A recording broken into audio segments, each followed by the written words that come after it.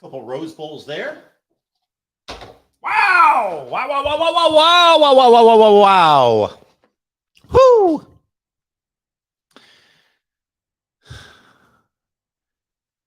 For those who thought the SEC was going to run away with the sport, hang on. We might have a battle being waged. Maybe the Big Ten is not as complacent as many of us had thought.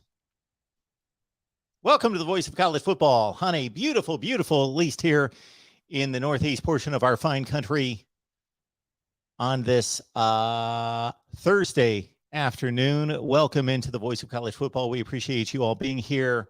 As we say it all the time, breaking news. Look down through the years. Breaking news, big news in college football, whether that's the latest right now or 1 year ago at this time. Think about it. 1 year ago at this time, Oklahoma, Texas to the SEC. Right about this time, that grenade was tossed. Bomb dropped. Here's another one, possibly. But if it's out there now, you got to think it's there and it means something and it's substantiated to a certain extent. All right. We will get to my thoughts in just a second, but I have certainly sent the link out to a number of key contributors, including Tony Siracusa from Last Word on College Football. We'll bring Tony in from his car.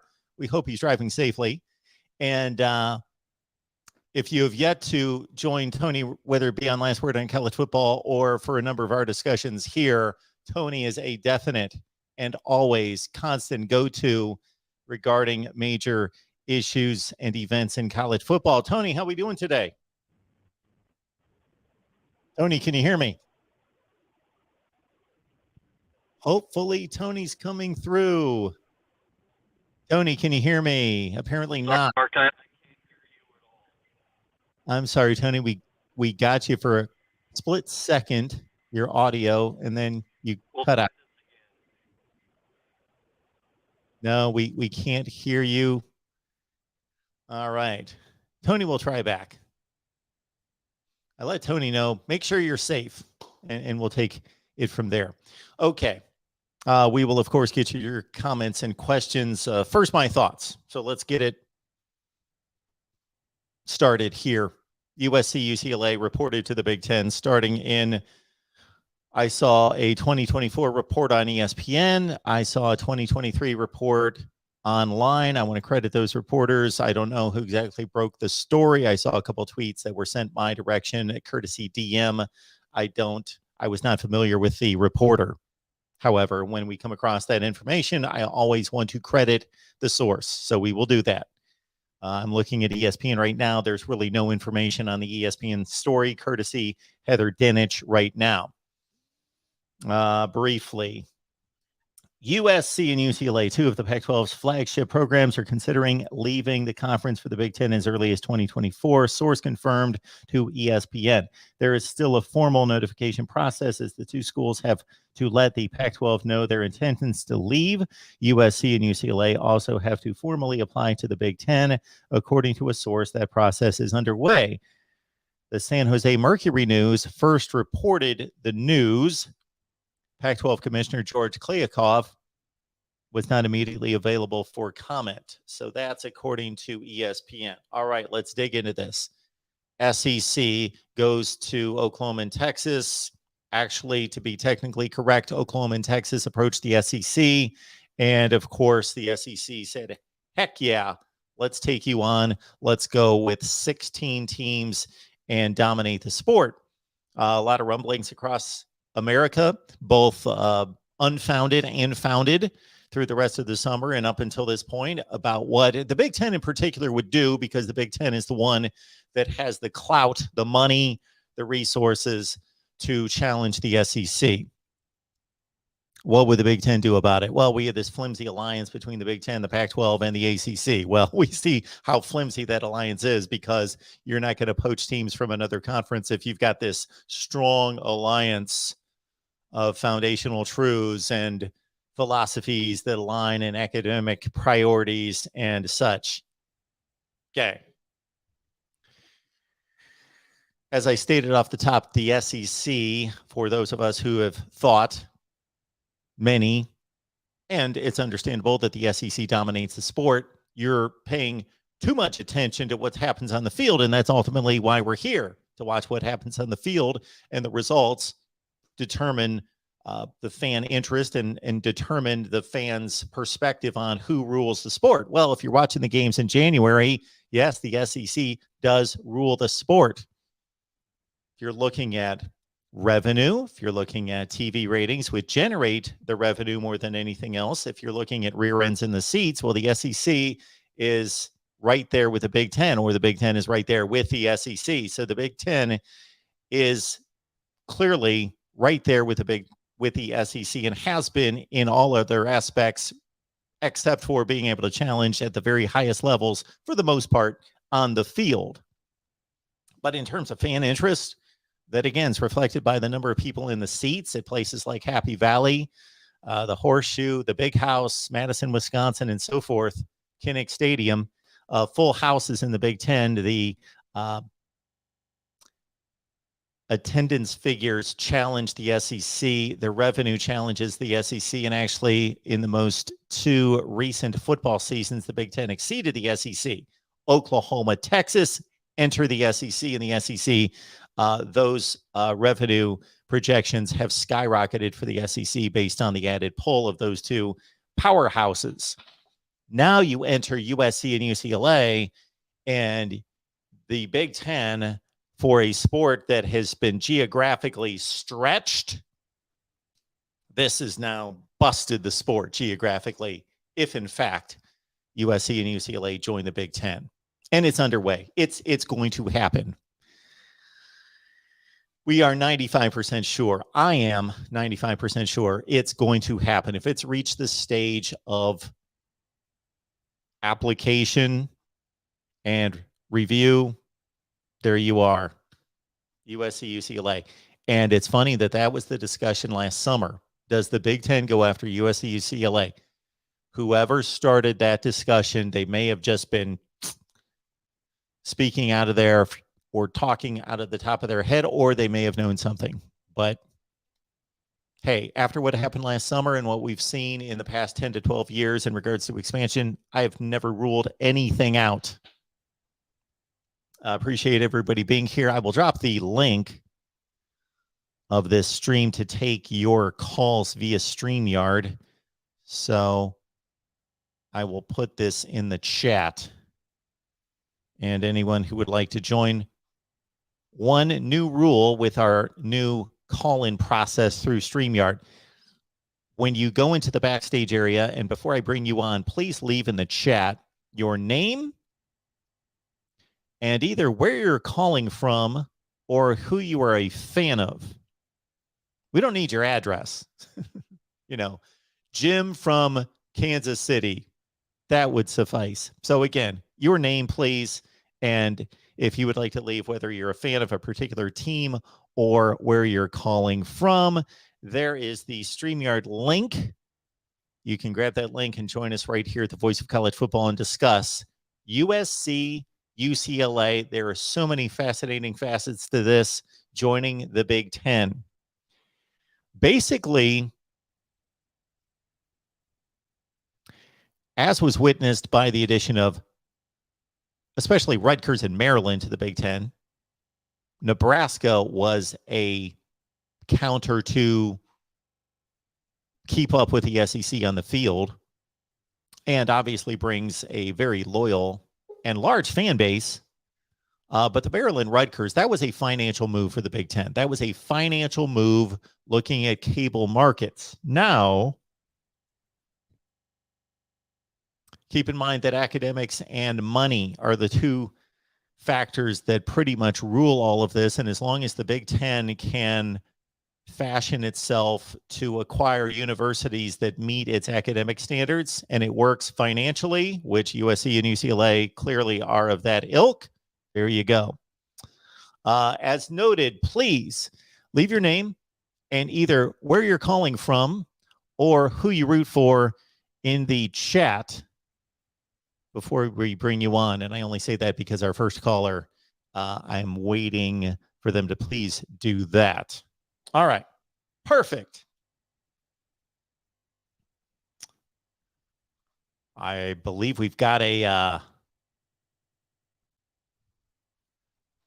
loyal viewer and caller on the line. Let's get right to it.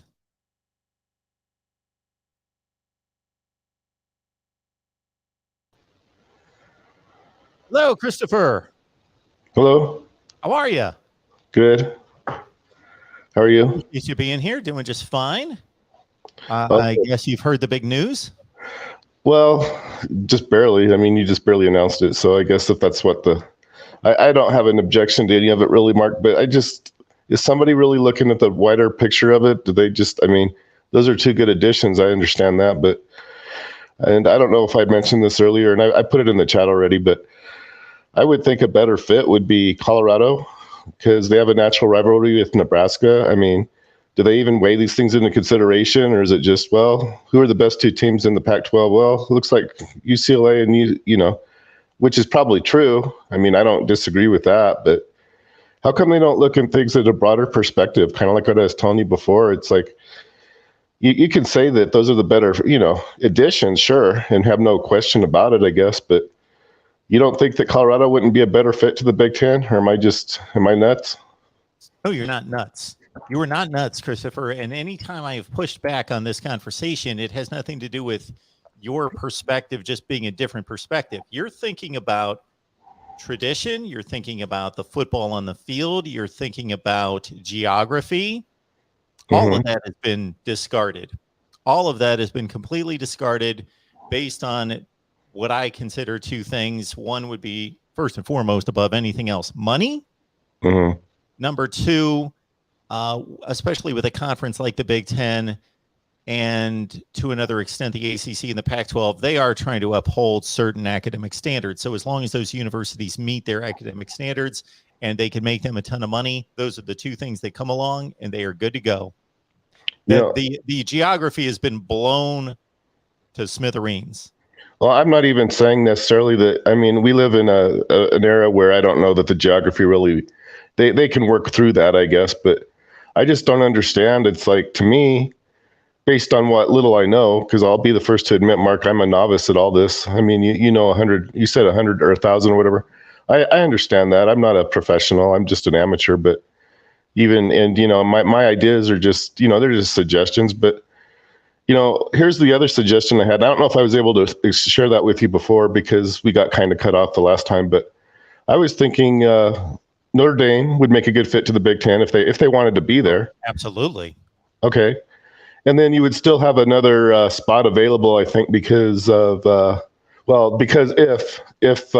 Penn State and West Virginia were included to the Atlantic Coast Conference, which is another suggestion I have, Penn State and West Virginia to the Atlantic Coast.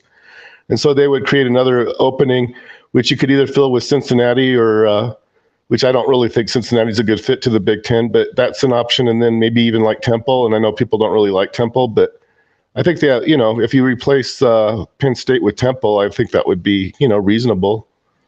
You don't like that idea? Well, what are your considerations? What are you putting into your priority list of expansion?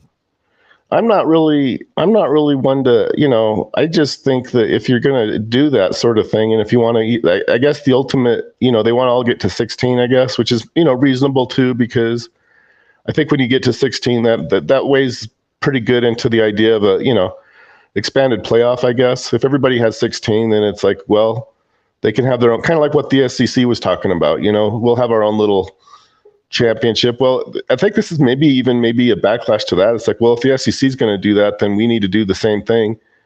So we need to get somebody in there so we can have our own little championship. And I just think the teams they're picking are the wrong teams. I mean, I don't know. Maybe I'm not the one to ask about it, but if I was going to take the time to get up to 16, I'd want to make sure that they were the right 16 teams. And I know Notre Dame's already connected to the ACC, so they might not want to leave, but I just think that Notre Dame would be a good fit, and then maybe Temple wouldn't be a very good fit, but I I can't think if Penn State, and I'm not saying Penn State would leave, but if Penn State left to the ACC, I mean, I can't think of a better, geographic area. I mean, you'd have to cover that areas with somebody. And so I'm thinking, well, maybe Temple would fit. And it's like, that's what I don't understand. And it's like, I got a lot of criticism for my suggestion to put Kansas and Tulane in the SEC. And the other team I would maybe put in there was Memphis. But those are, I think if you have to include 3 teams that aren't already connected with, the other ones are already kind of connected with some, they had to look out their own conference to get Oklahoma and Texas, which is what kind of connection? If you're not, so it sounds like there's a geographic connection that you're making, but you're telling me that you're not. What is the connection, or what is the benefit of Kansas, Memphis, or Tulane joining the SEC? They suck at football. And when I say suck, I mean at a high level of football. I'm not degrading Memphis in particular because they've been successful on the American Conference level in recent years, but they do not bring anything to the SEC except for Memphis, a fairly large possibility of a base of population. I need to get to some other calls, but this is clearly about money and fans. Well, no, I'm actually trying to. The Big Ten going to Los Angeles and bringing in 2 just enormous universities. Well, I don't know what I mean. You say, yeah, they're in the metropolitan areas. I understand that, but I don't know if that makes a team better playing in a metropolitan area. Am I wrong about that, Mark? I mean, it brings people. Well, people, sure, but it's like Memphis, for example. I mean, if it was based just on population, I guess Memphis probably would never enter into the. But it's like I think people need to kind of weigh the balance of it a little bit. It's like you say Kansas doesn't add anything. I don't know about that, Mark. I still think that's a very narrow look at it. I mean, they're not a narrow look. They have a horrible football program, and nobody wants it. They just won the basketball championship. I mean, that's number one. That's the best team. Basketball has a very small portion of this compared to football. It's not even close. Well, but still, they just won the NCAA championship. I mean, how many teams? If somebody has the best swimming program in the country, it doesn't move the needle. Yes, basketball is important. It has a certain importance. It doesn't compare to football. Well, and then they're a natural rival to Missouri. And so, I mean, that's kind of the same thing. It's like, and I don't know that anybody cares about, they care about money. And the money comes in when you bring in people, fans, population base. I guess I just disagree on the idea that putting 2 big metropolitan teams is going to make the Big Ten any better. I think that's not true. I don't think it hell of a lot better. They just brought in USC. Well, UCLA's got a ton of potential. All right. Potential, sure. I agree with that, but I don't know. USC hasn't been that great lately, have they? They've been okay. They have not been great lately. Well, not lately. Yeah, that's my point. Neither is Texas, but anybody would be a fool to say that those aren't brand name, top of the line programs with tons of facilities, resources, people that care, fans. All of that come there. There are no negatives. The only negative in this entire deal, and I'm not talking about for college football. For college football, there's a ton of negatives because there's become a bidding war and a power struggle and all of that. Yes, and it's destroying smaller conferences. But from a national perspective, there are some issues. But from the standpoint of the Big Ten, you know what the only issue in any of this is? Travel. Travel makes it very difficult. There you go. And that's where I'm trying to kind of put my 2 cents in. Is where I'm putting my 2 cents in. You told me geography doesn't matter. Well, no, I didn't. Well, I don't know, Mark. You can go ahead. I don't know that it really does, but I'm just saying, and I don't know that that's I don't think that should keep it from, but I just think that Colorado would be a better fit. That's all. I'm not saying that these other teams might not be better in terms of the way they might.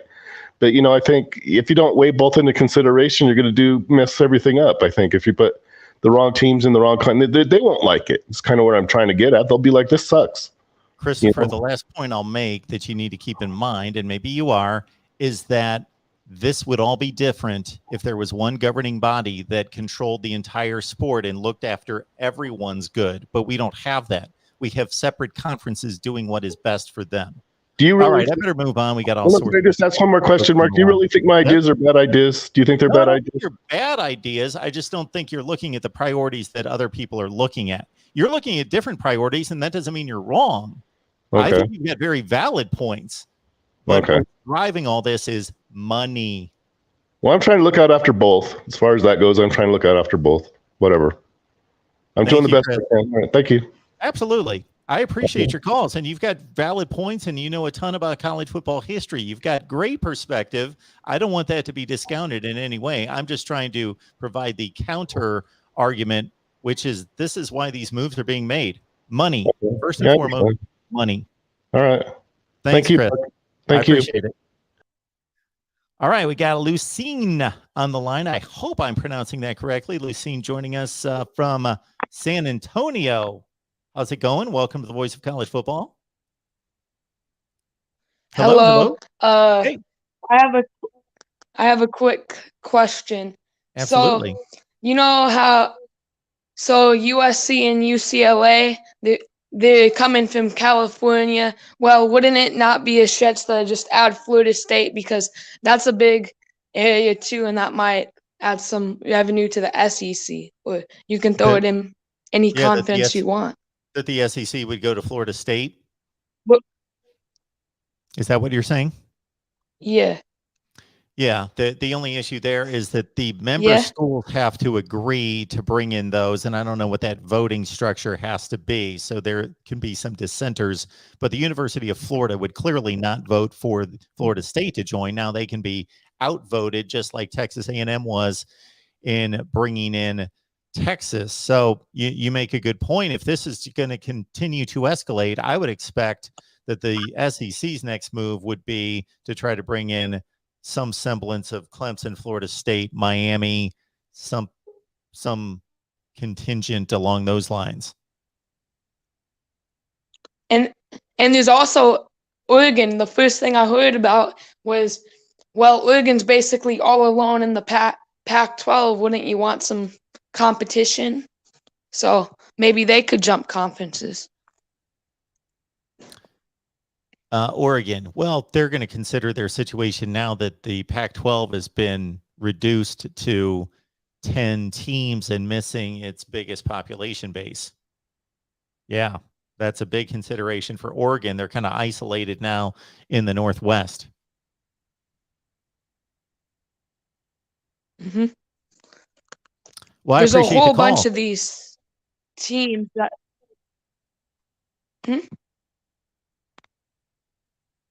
Yes. Anything else for us, Lucine?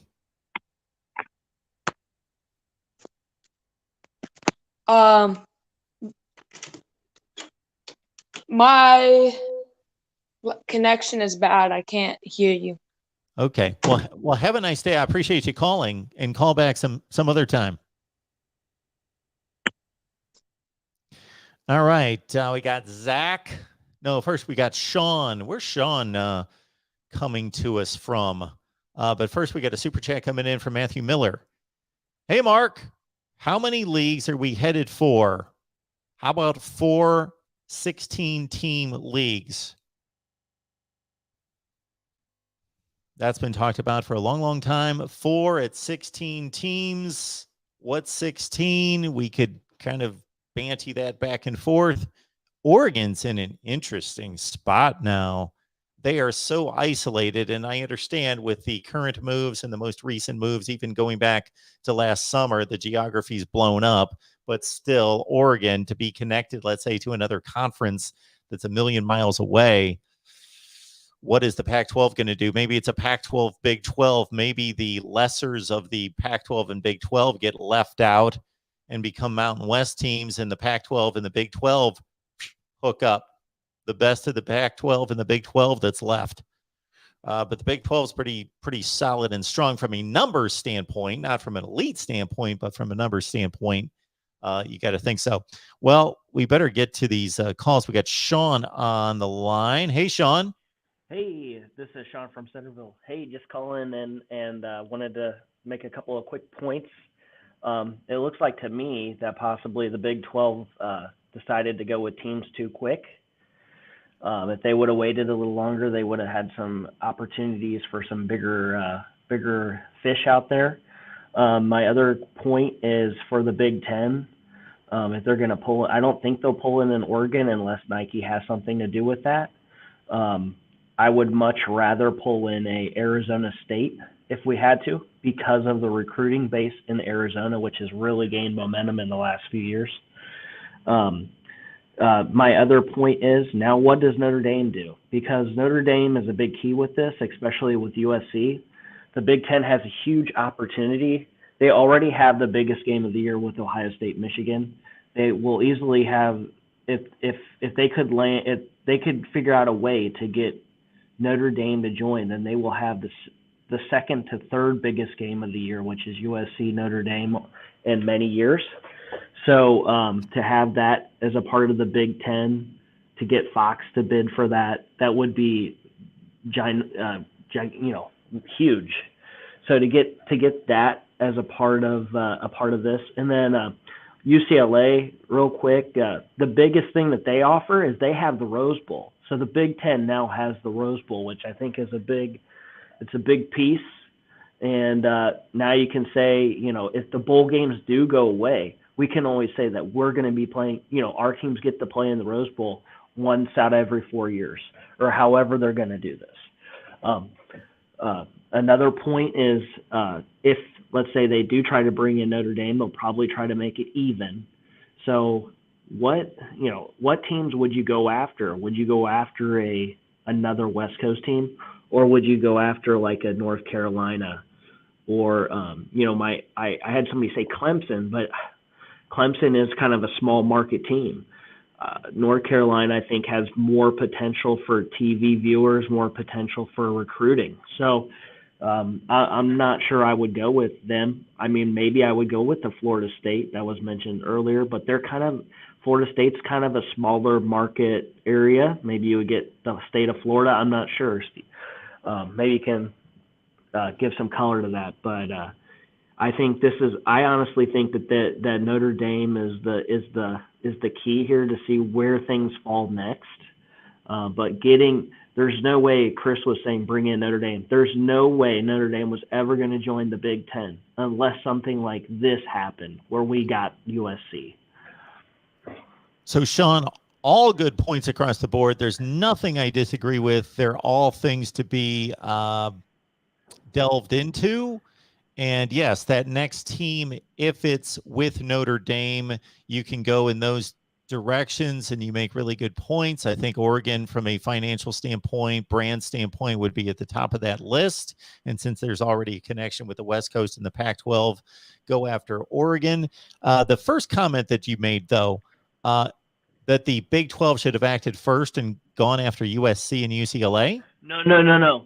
I said they should have waited. They should have waited because there were bigger fish out there after this. Look at what just happened. Do you really think that USC and UCLA would have joined the Big 12? Oh, no. That's not what I'm saying.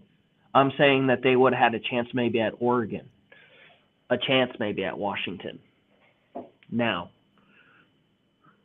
Well, they're going to have a 14-team league, and if everybody's gunning for 16, then maybe those possibilities still exist. Oregon, Washington to the Big 12. That's true. Right, true. Sean, anything else?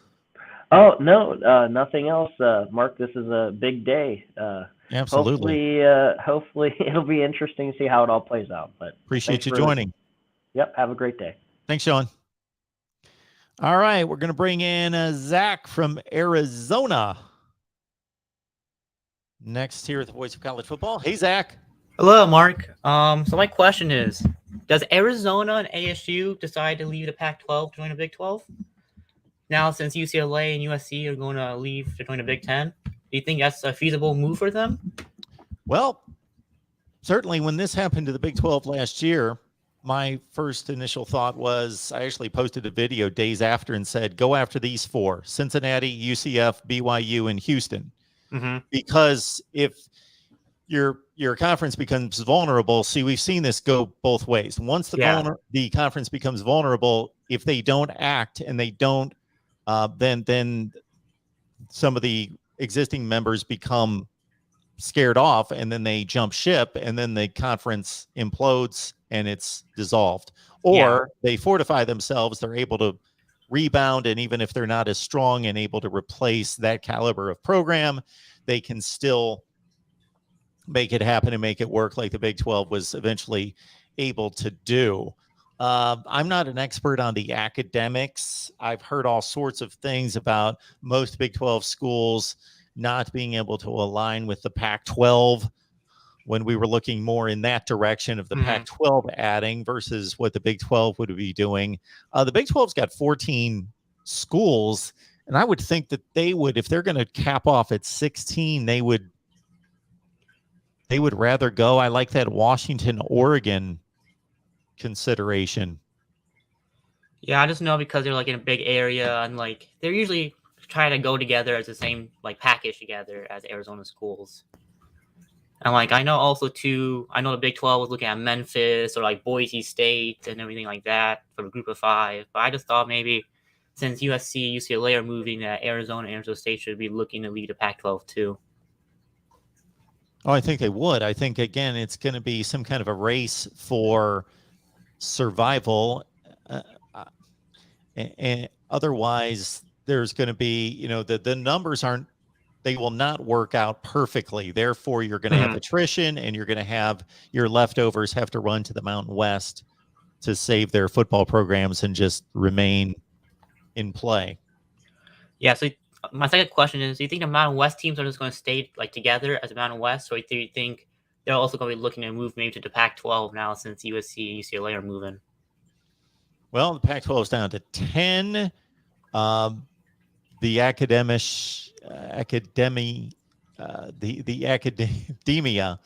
that's the word I was looking for. They would tell you that there are no Mountain West schools that qualify for Pac-12 membership. Yeah. But, you know, since conference alignment is happening, I don't know. Maybe they just say, let's go ahead. I don't know.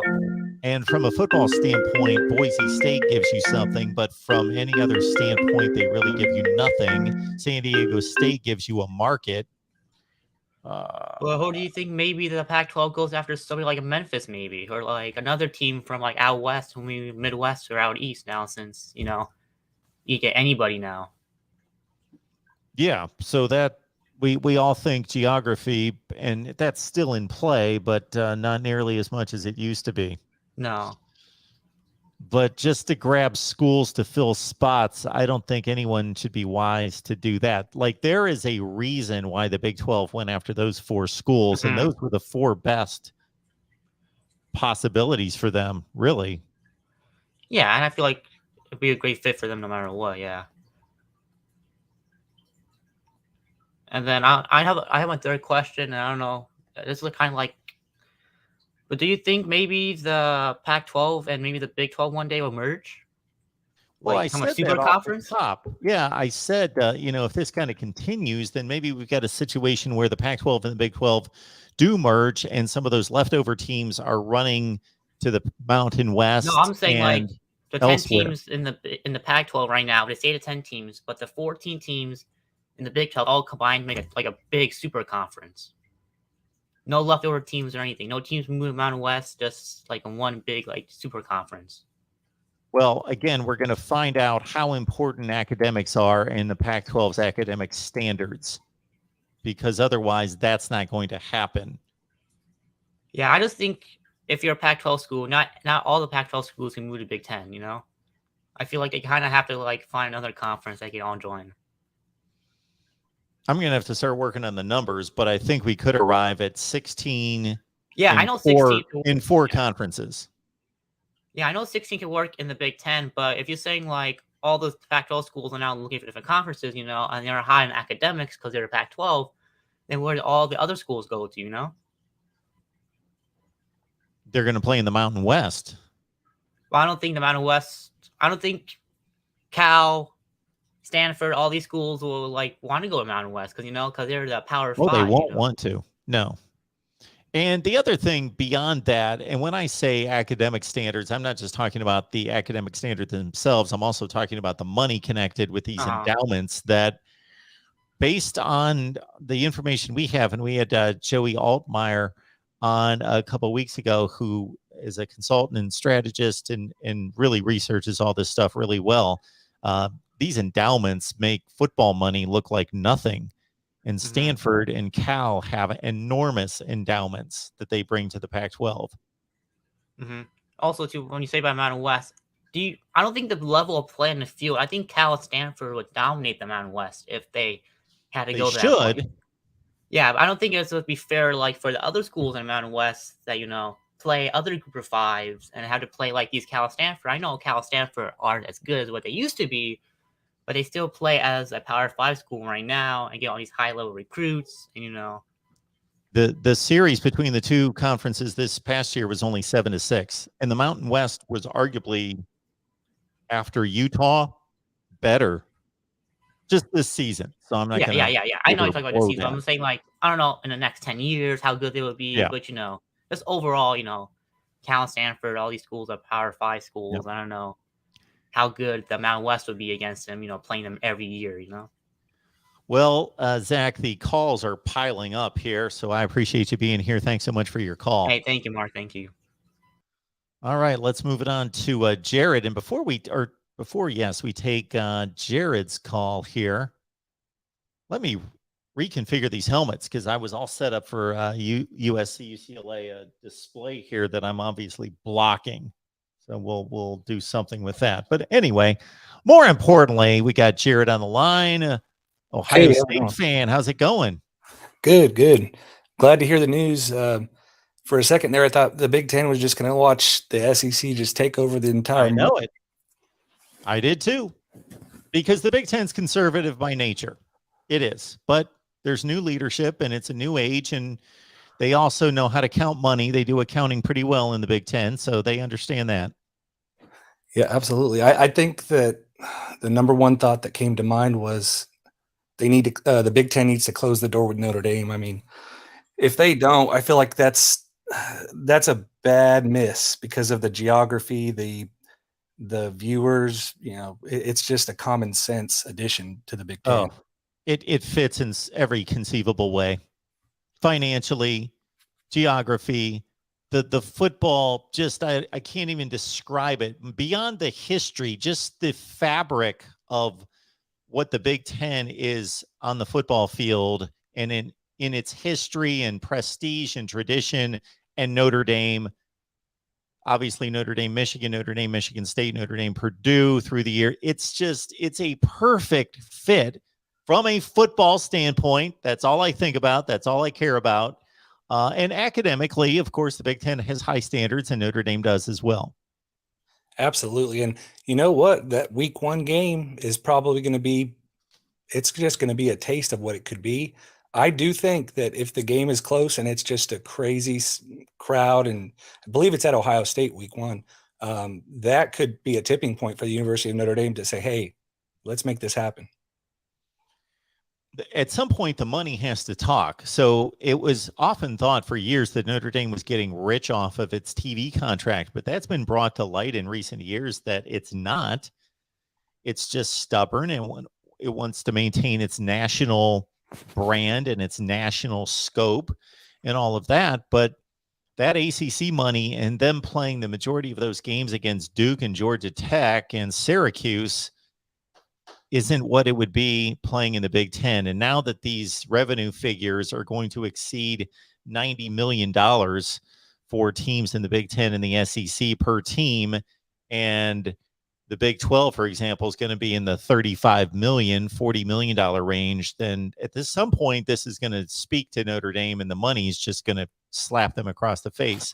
Plus, if we get into a college football playoff situation in which they can never get a bye because they can't win a conference and they're always stuck playing a first-round game the years they make the playoff, that may push them a little bit too.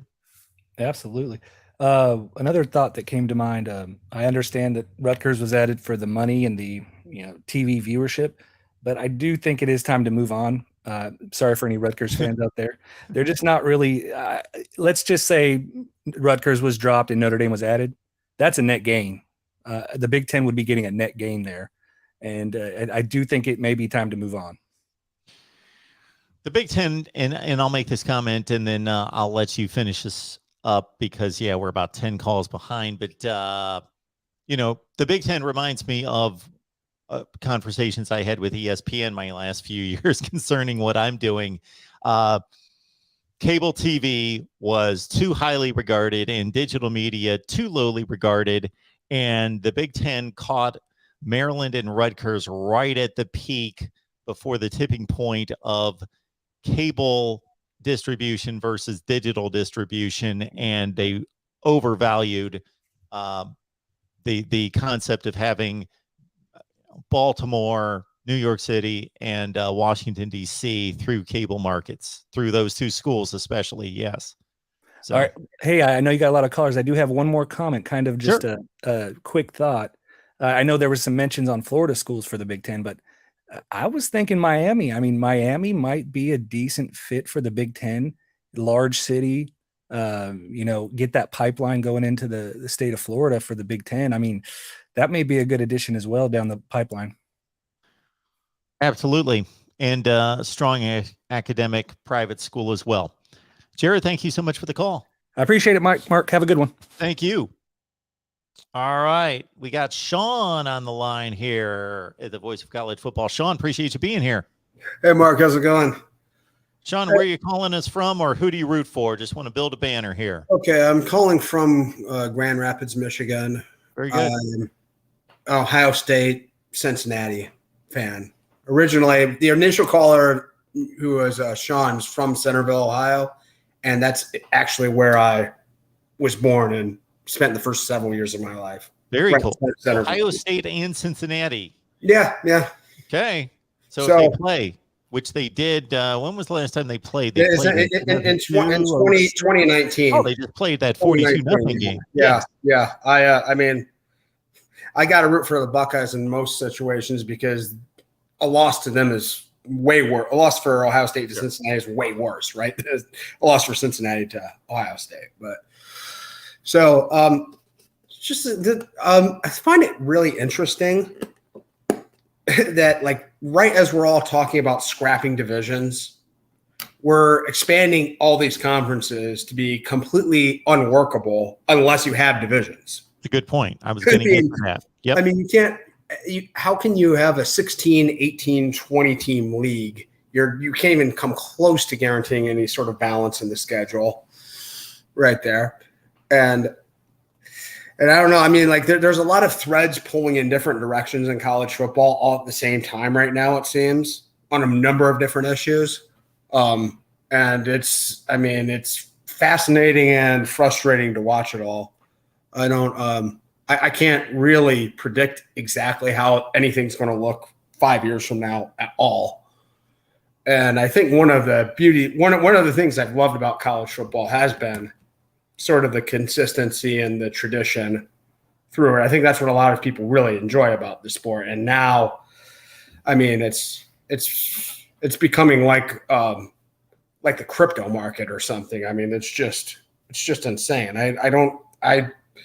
I mean, obviously the college football fans will be there. We love the sport. We love the game, and we'll tolerate a lot of the things that make us uncomfortable with it. But I just don't see this kind of volatility being great for the sport long term, even if it's good for the individual institutions in the moment.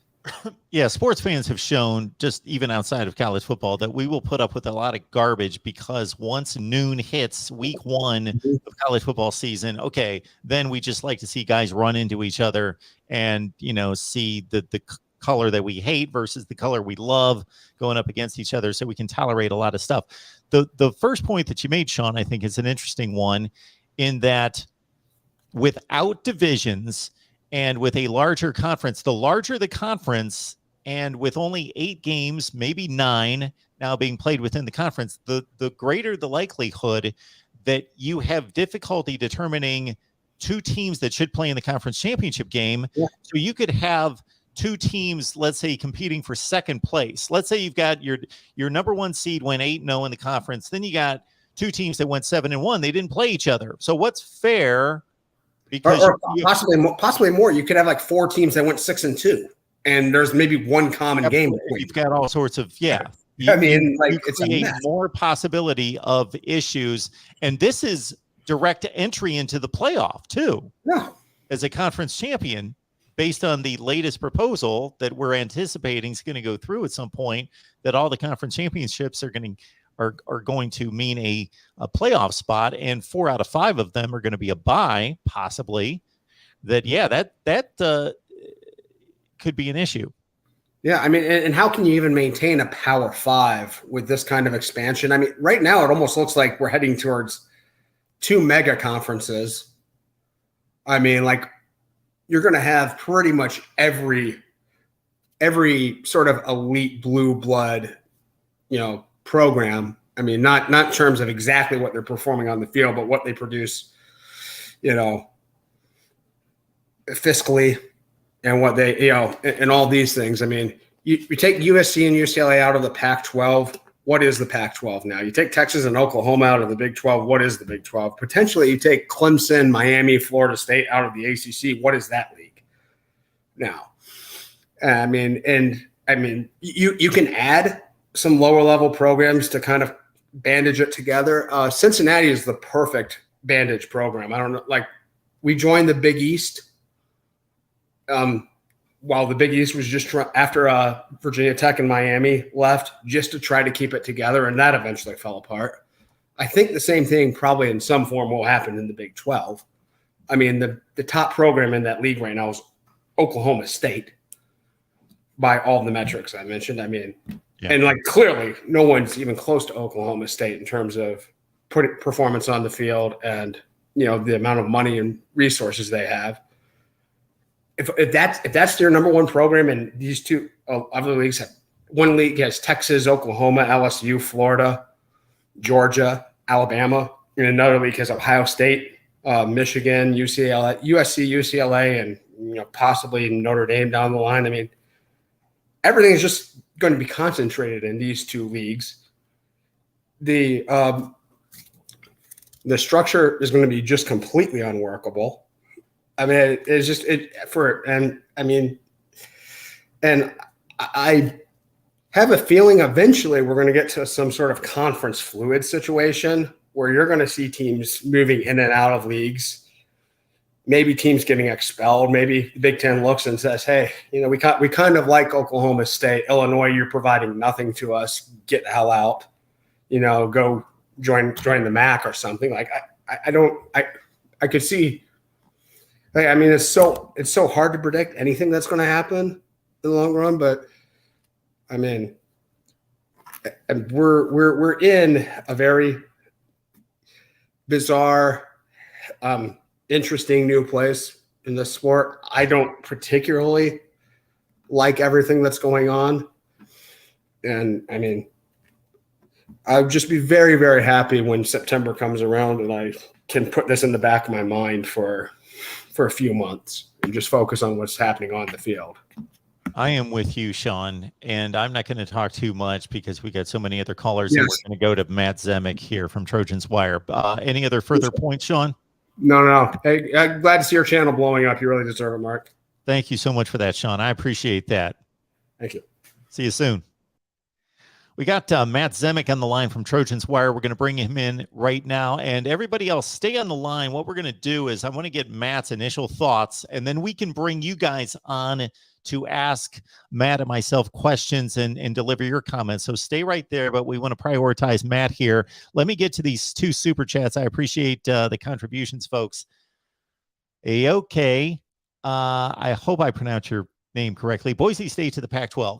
We talked about the academic considerations there, and Boise State from a standpoint of the product on the field, yes, but from every other criteria, whether that's academics, facilities, resources, money, rear ends in the seats, TV ratings, that's not much of a draw for the Pac-12. Oink, oink, thank you so much for the contribution. So is the Rose Bowl going to be the Big Ten's conference championship game? Well, it is a prized venue, and the Big Ten certainly would have its grip on it. All right, let's. We did have Matt on the line. Now we've got Tony Siracusa. So we will take Tony as well. We appreciate Tony stopping by. He's all right, now I got you. Home. Yeah, sorry about it. I was actually on the other side of Charlotte and was making phone calls to sources on the way back, and I can imagine probably breaking a handful of traffic laws on the, on the way back, but here I am. Well, Tony, thanks for stopping by, and you're always a go-to when these situations happen. All right, so your initial response before we delve into anything specific, USC, UCLA to the Big Ten. My initial response was shock.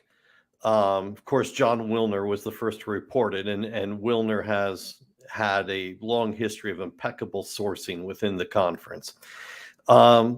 My second reaction after that was, it's possible, but there's a lot of logistical work that has to be done. And there still is. And then my third reaction, as I talk to some other people, is this is going to happen. It just is. Within probably an announcement of intent, probably even as close as 72 hours away. There are logistical challenges, none the least of which is UCLA has to get permission from the UC Board of Regents to do this. And that is not, a foregone conclusion. The UC Board of Regents is not going to rubber stamp anything. There is also the part of the exit. As we've seen with Texas and Oklahoma and other schools, there is money that is owed to get out. UCLA has an athletic department that is currently $100 million in debt with a school that will not bail it out. The university, the administration, is giving UCLA low interest loans to try and get out from the debt. That's not like what Cal did, where the Cal administration just paid off the athletic department's debt. So there are some logistical issues. USC, it's a lot easier. It's a private school, can come and go as it pleases, do what it wants. I think part of the other challenge, maybe not challenge, but as you get to the granular, which, I like doing sometimes too much, is this is going to happen right as the new Pac-12 TV deals are being finalized. I mean, 2024 is the year where the deals with ESPN and Fox get finalized. They start negotiating in 6 months. And this just gets weird. I mean, how do you do this with that going on? The Big Ten contract, as everybody has noted, is already done. It's a gargantuan contract. And the Big Ten, I would assume Commissioner Kevin Warren has already gone to his schools and said, we're going to have to divvy up that same size pie. It's now going to get a little bit smaller for everybody, but the trade-off is we're bringing in the Los Angeles television market into our conference. So there are a lot of moving parts, and I'm stunned that it could be put together this quietly and this quickly. And I got to wonder what George Kliavkoff is thinking. Pac-12 media days are in 2 weeks. Boy, is that going to be awkward. So, Tony, I'm going to make a few assumptions here, or just spitball some things, and you tell me. That's all I'm doing too, is spitballing. And we're also going to bring in, we're at the spitball stage. I jump on here when we've got breaking news. I jump on and I let people know I know as much as you do. Let's just dive into this and see where we land. We're going to bring in Matt Semick from Trojans Wire. We can do a little USC, UCLA. Hey, I don't know if it's this or they're kind of working to get their together, moving on to the Big Ten. Strange bedfellows, just kind of like Texas, Oklahoma a year ago. Right. So UCLA, what are the lucratives, the positives for the Big Ten? Are major market size. Mm-hmm. Maybe USC doesn't leave without them. Well, you have to have two teams going, because you essentially have to do this. If you're all of a sudden going to be playing the majority of your schedule in the Midwestern part of the country, you have to have a travel partner type of scenario. Yeah. So they can't go by themselves. And obviously the two of these make the most sense, just as if it were to be Arizona and Arizona State, or Oregon State, whatever. You need that travel partner scenario. Yeah. So from a what are the other benefits to the Big Ten for UCLA?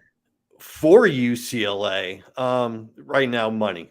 the Big Ten TV contract, even if it's being divvied up among 14 teams or whatever at this point, the money is more than what the Pac-12 network deal is going to be.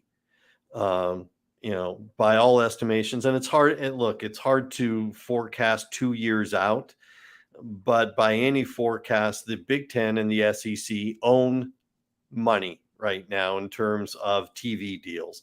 The ACC can't compare in any scenario, and the Big 12 isn't even close. So it's about money for UCLA. It's not about getting the chance to go play Rutgers in New Jersey. That is one of the most bizarre conference games you can imagine, or going to College Park, Maryland, or, the Terps coming out to Los Angeles.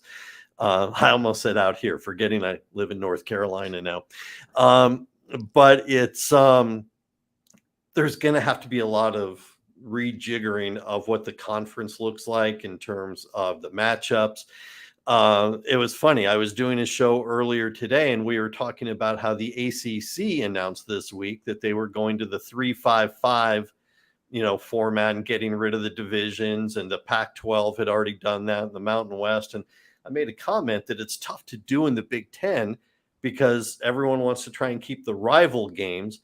But the Big Ten, I mean, half of their schedule are for these, trophies, the Floyd of Rosedale and Paul Bunyan's axe and, whatever else there is. So what are the rival games?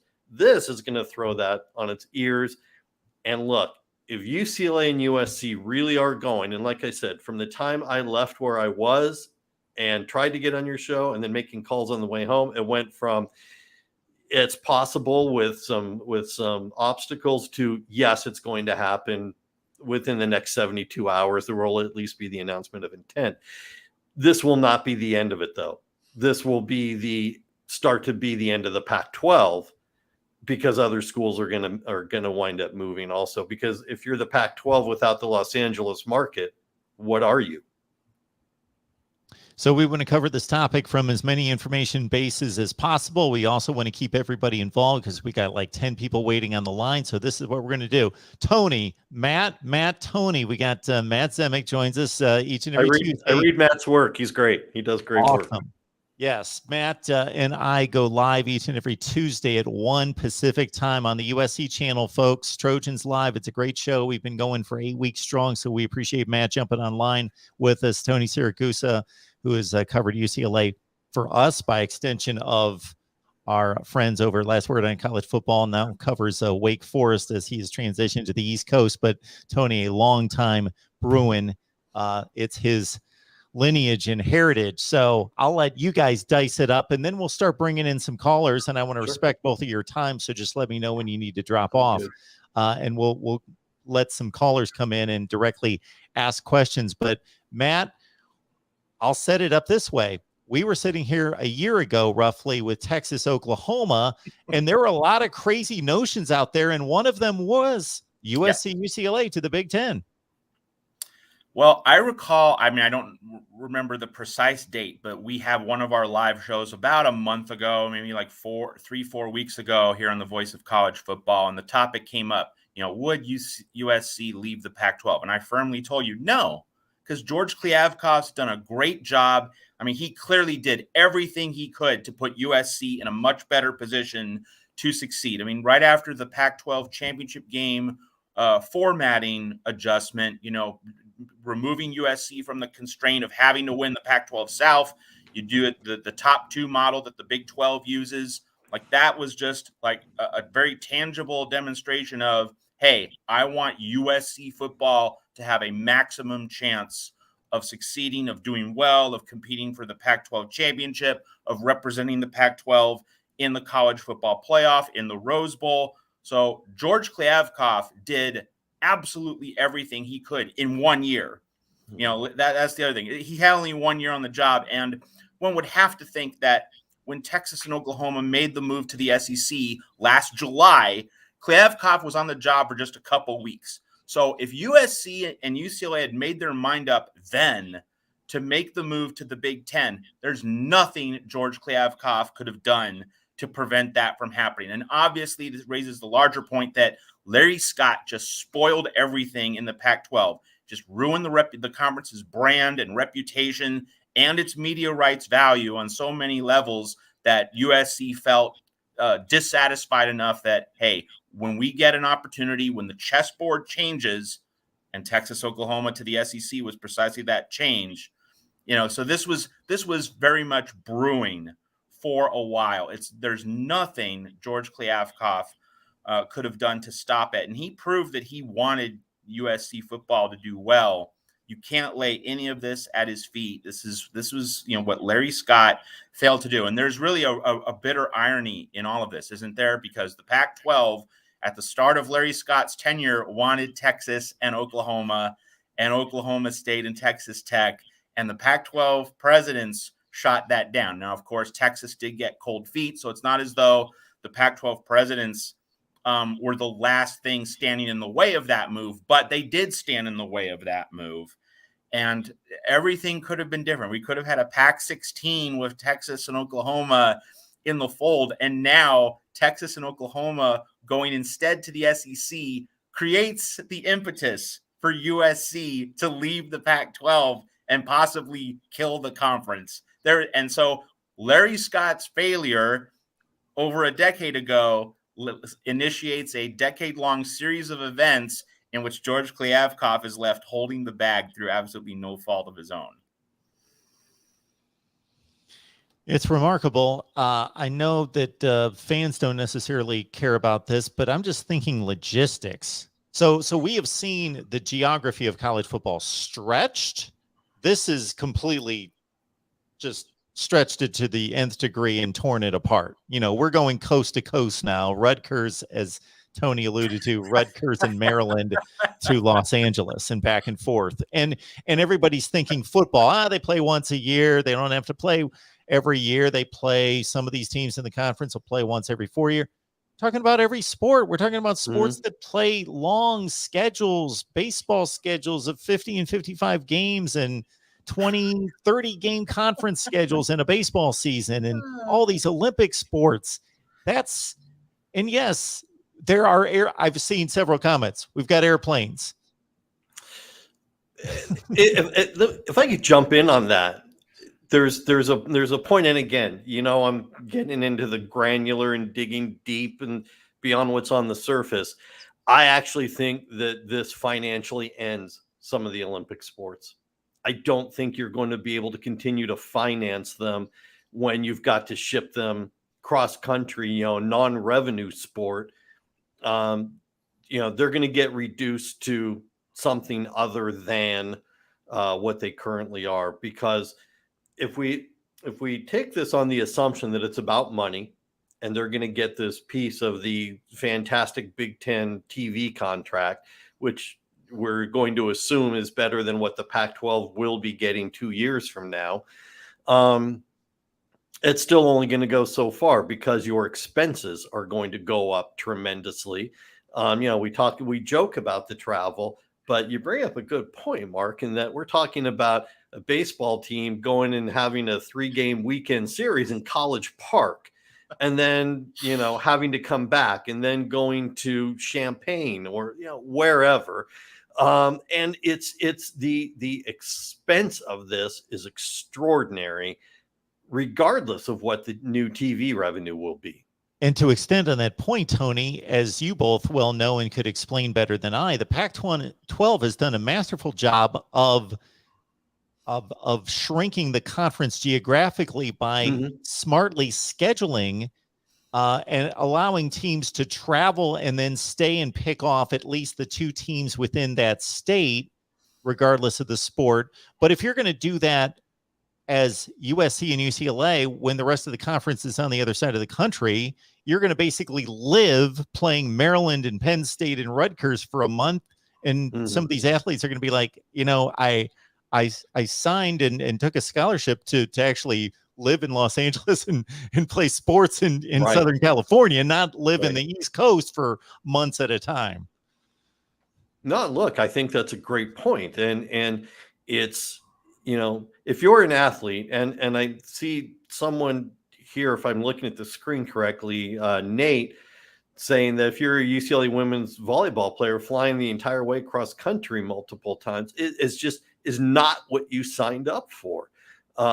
You've got, look, they still have to go to classes, whether we want to admit it or not, whether people want to acknowledge student athletes or whether they're really just athletes. This makes the student part of it tremendously hard. And it's you can't maintain the conference, as I was saying earlier, you can't maintain the conference as is without UCLA and USC football, and basketball for that matter. You just can't. The rest of the conference can't financially sustain itself.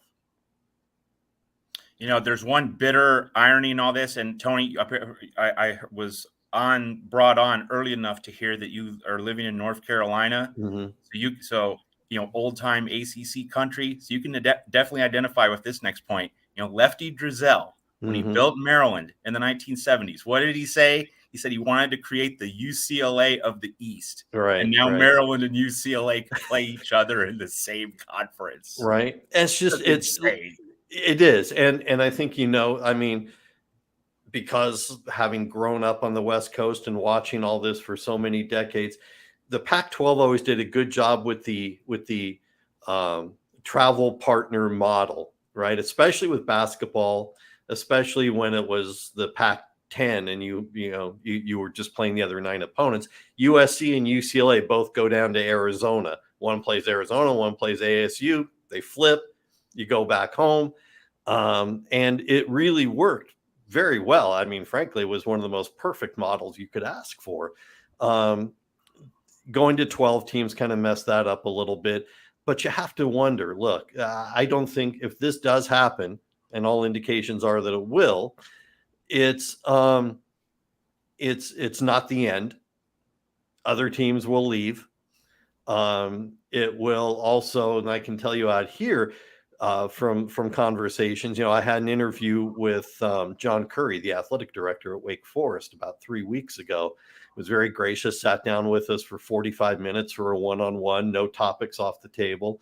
And we talked about conference moving, because I said, there's going to be more. There just has to be. This isn't it. And he said, there is going to be more, and we don't know what it's going to look like. He said, but if you've been in this long enough, you know that this happens routinely. If you're old enough, you remember the Southwest Conference and the Big 8 and the Pac-8 and things like that. My issue to him now was, but we're really headed towards 2 conferences. We're really headed towards a Big 10 with 20 teams, an SEC with 20 teams, and other schools on the outside looking in, in smaller conferences. Yeah, as you talked, and as I'm, we're all processing this information in real time. It's all so fresh. But one of the things we just posted at Trojans Wire, we're going with the obvious speculative stories. Like, we're just putting the questions out there. We don't have the final answers, but did Lincoln Riley want to coach in the Big Ten all along? And was that part of Mike Bohn's sales pitch to Lincoln Riley? You're going to coach in the Big Ten. This is part of our lure to you. Speculation. But the other speculative story we've posted is, are we going to have 4 16-team super conferences or 2 24-team mega conferences?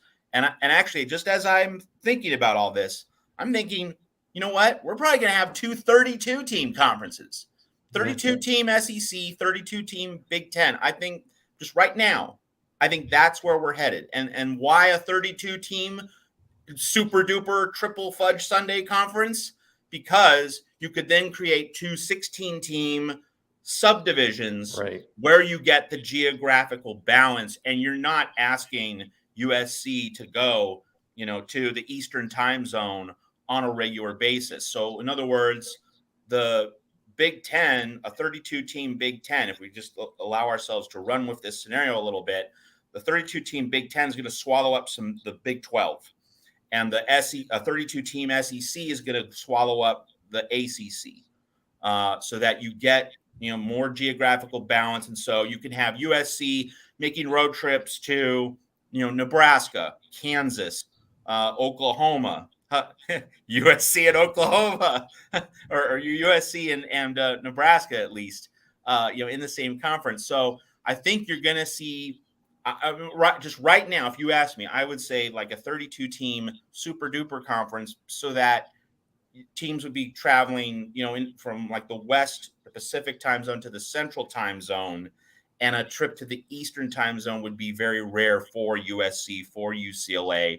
If you ask me right now, that's probably where it's going, because this just doesn't seem tenable to ask USC to be traveling to the Eastern time zone with such great regularity.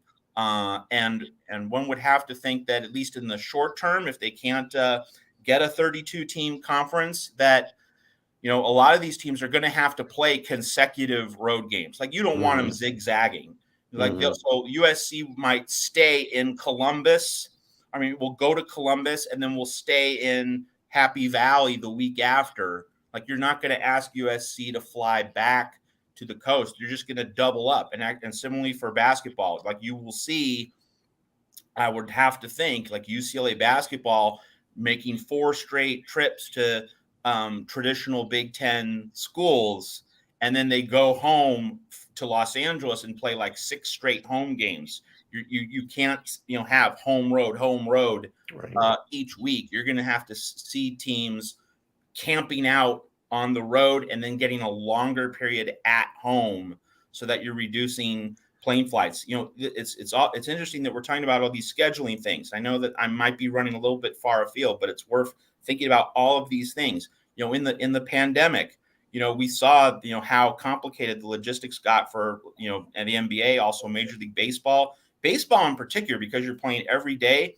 Why are we asking teams to fly 3 times to another city? We should be asking them to fly at most 2 times. And frankly, like, if you have like today, the Yankees and the Astros were both physically located in New York on Wednesday.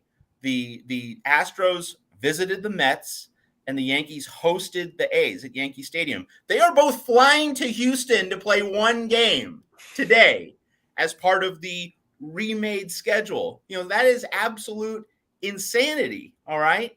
And so baseball should be thinking about having the various teams just play like a 6-game series in one city. So it all brings back the point of, this is a chance to greatly reimagine how we schedule college sports games, how we schedule travel, how we fit all the pieces of the puzzle together. It's going to be really interesting to see how it shakes out.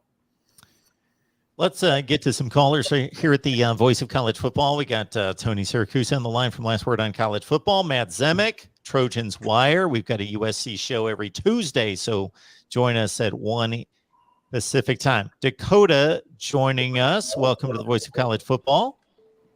Hey, what's going on, Mark? Doing pretty well. How are you? I'm wonderful. I'm at Disney World with the kids, but I had to get into this call-in show right quick to kind of share my thoughts. Thanks, Dakota. What do you have for us? No worries. So, first question is this: how do you think, like you was talking about earlier, like traveling, like in regards to like USC playing Michigan, USC playing Ohio State, like how is that going to work, like logistically? Like, you think if they have to go like not back-to-back weekends, but like in regards to like if they had to say USC played Michigan 1 week and then not the next week, but the following week, right? Isn't that kind of a lot of traveling, kind of jet lag or whatnot on the teams? Yeah, so I just made the point that you're going to see double road and double home stacks at the very least, if not triple road and triple home stacks, so that teams will camp out on the road for 3 weeks and then they'll be at home for 3 weeks, so that you just can't be zigzagging across the country. I think Matt also brought up an interesting point earlier about how you're going to wind up when you get to the ultimate super conferences, which is probably 2, 3, maybe 4 years at the most down the road, that you wind up dividing them into territories, which is ironic because right now we've got conferences eliminating the divisions so that the top 2 teams play. But when you have 32 teams in a conference, you can't do that, and you're going to have to go back to divisions. But you'll do it on a geographic basis so that you can't eliminate the travel and, as we talked about earlier, the tremendous expense that this is going to put on athletic departments. But you minimize it as best you can, as Matt talked about earlier. Anything Right. else, Dakota?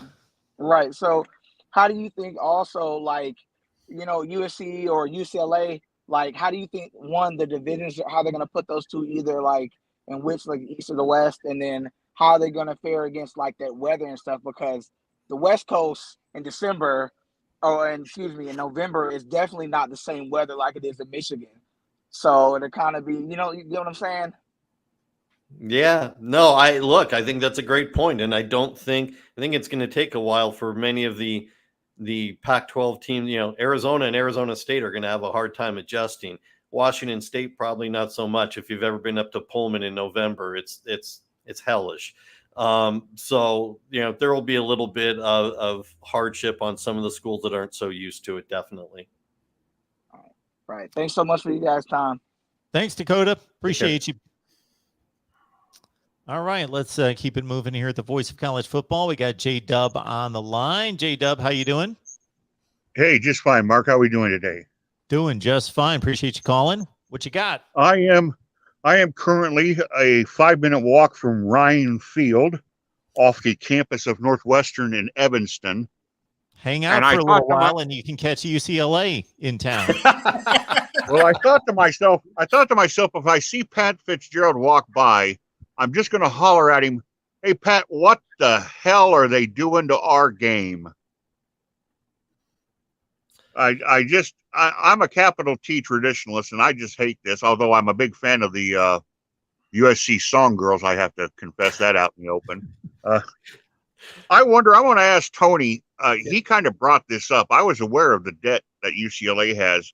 Mm-hmm. And I wonder, just out of mischief or just out of a sense of entitlement and where they think they belong, could the Cali Board of Regents wreak a little havoc on this decision? Oh, absolutely. Mark and I touched on that at the very beginning. The University of California Board of Regents has to approve UCLA making this move. It is not a rubber stamp, but it's not out of the realm. I don't think that they're going to put up a huge fight. I think they're going to make UCLA have to answer for the financial aspects of this, how they intend to pay for it, being at a university where the administration is doing little to nothing to help the athletic department with its $100 million debt, and how they intend to handle this. And I think UCLA is going to have to go to the Board of Regents with a debt restructuring plan about how, what money is going to come in from the Big Ten contract, what their share is going to be, what their expenses are going to be. They can announce their intent. There are some challenges that UCLA has that USC, being a private school, does not have. And the Board of Regents is going to make them answer for it. But ultimately, I think if UCLA can prove that they can handle this financially, they'll sign off on it. Well, then I'll throw one more thing out there, and then I'll get out of the way, because I know there's got to be a long queue of people who want to get on. And that is, I do not myself believe this is likely, but is it possible that there be some kind of arrangement like Notre Dame had made with the ACC, where UCLA and USC enter into an agreement with the Big Ten, but let's say they limited it to football and men's and women's basketball only? Is that a possibility? Matt, what do you think? I think so. I think there's a strong possibility of that, because, the obvious, as Tony very eloquently said, like this is not what the Olympic sports athletes signed up for. And obviously, swimming and diving and water polo, like there's a West Coast identity to those sports. Growing up on the beach, and USC and UCLA both have, world-class water polo programs. It just that would just seem like a real unnecessary lift to push them into the Big Ten, kicking and screaming. Why not just keep the Olympic sports in the Pac-12? That makes all the sense in the world. And to take Matt's point one step further, both of these are schools that go well out of their way to tout the success of their Olympic sport championships.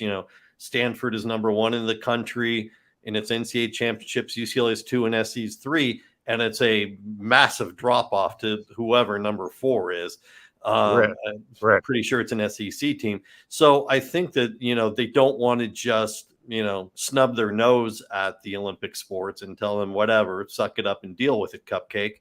I think they want to try and do what is best to try and accommodate it, again, because it becomes an extraordinary financial burden to take your softball team to the Midwest for 2 weeks. Well, I make that connection because I'm thinking of, I'm in contact with a lot of the Iowa State football players as part of my job.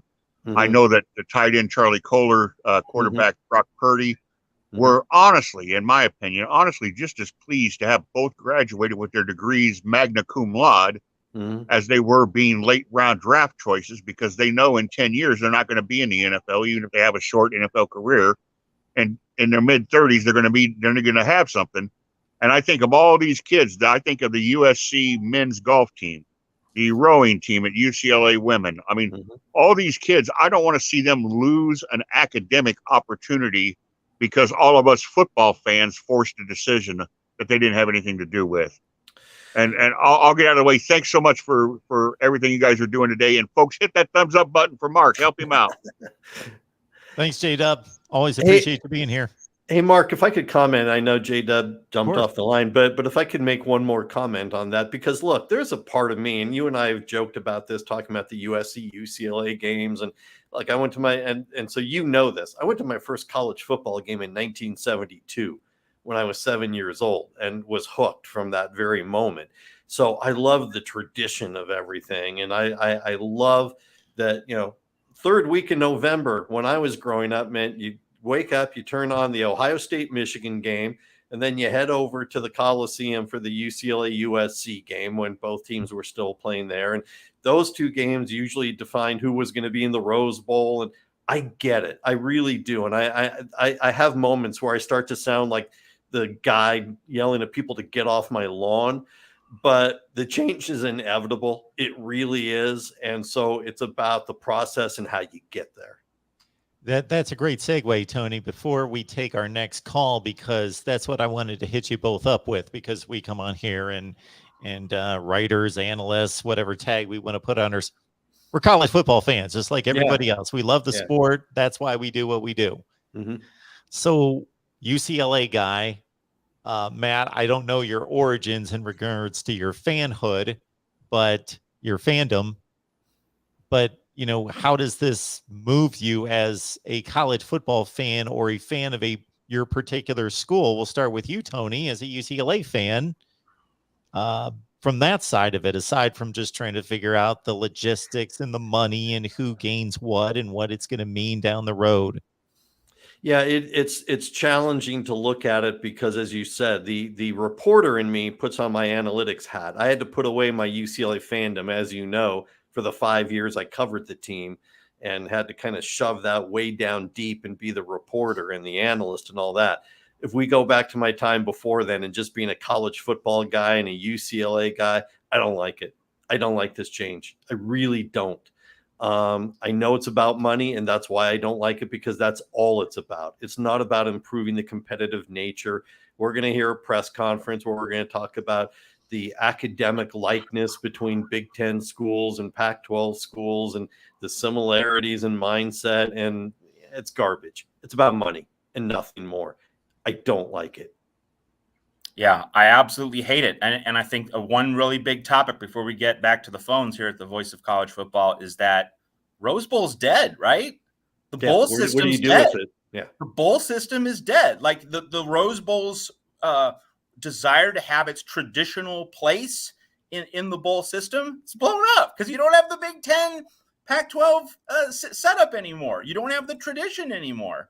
Like this is now just an exhibition game, or at least it's just a pawn in a larger sea of postseason properties. What is the point of having USC and UCLA in the Big Ten if you want the Rose Bowl to mean anything? Like, so now you don't have USC and Michigan, USC and Ohio State in the Rose Bowl anymore. And if you don't have that, you don't have anything. So I think like the Rose Bowl's claim to any kind of footing or foothold in the sport just got blown up. And I think like the bowls as we've known them, that's done. Like you just play a bunch of playoff games now. And I think that's another really big ripple effect of today's move.